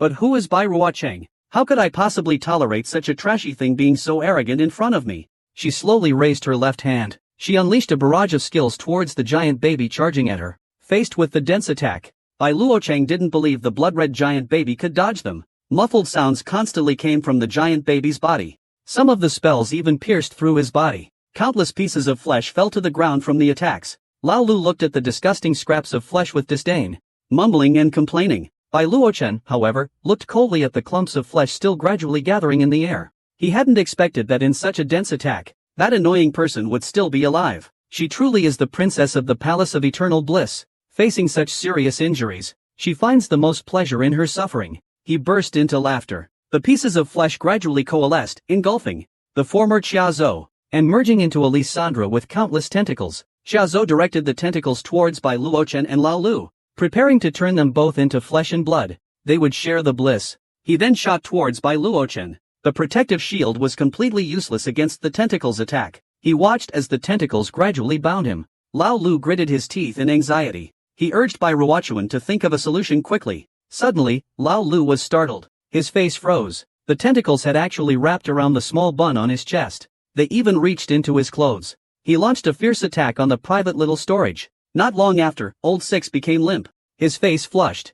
He gradually gave up resisting. The annoyingly smug one controlling the tentacle watched with a smirk as it took effect. He advised Old Six not to waste his energy anymore. Any creature that's entangled by the tentacles can have all the spiritual energy on its body absorbed until it's sucked dry. After saying that, it didn't forget to extend its long tongue and lick Lao Lu's rosy face. Turning its head, it looked at Bai Luochen, who was calm and composed, wondering how he could stay awake in such a dangerous situation. Bai Luochen used his strength to tell him the reason. The tentacles binding Bai Luochen were emitting a golden light. Since you like to suck up spiritual energy, then let him have his fill. Whenever Bai Luochen gets hungry after chopping wood, he'd go to the Kangwu Abyss to catch some high-grade professors to fill his stomach. How could a supreme powerhouse lack spiritual energy? It's just that the consequence of insatiable greed will never be good. He turned into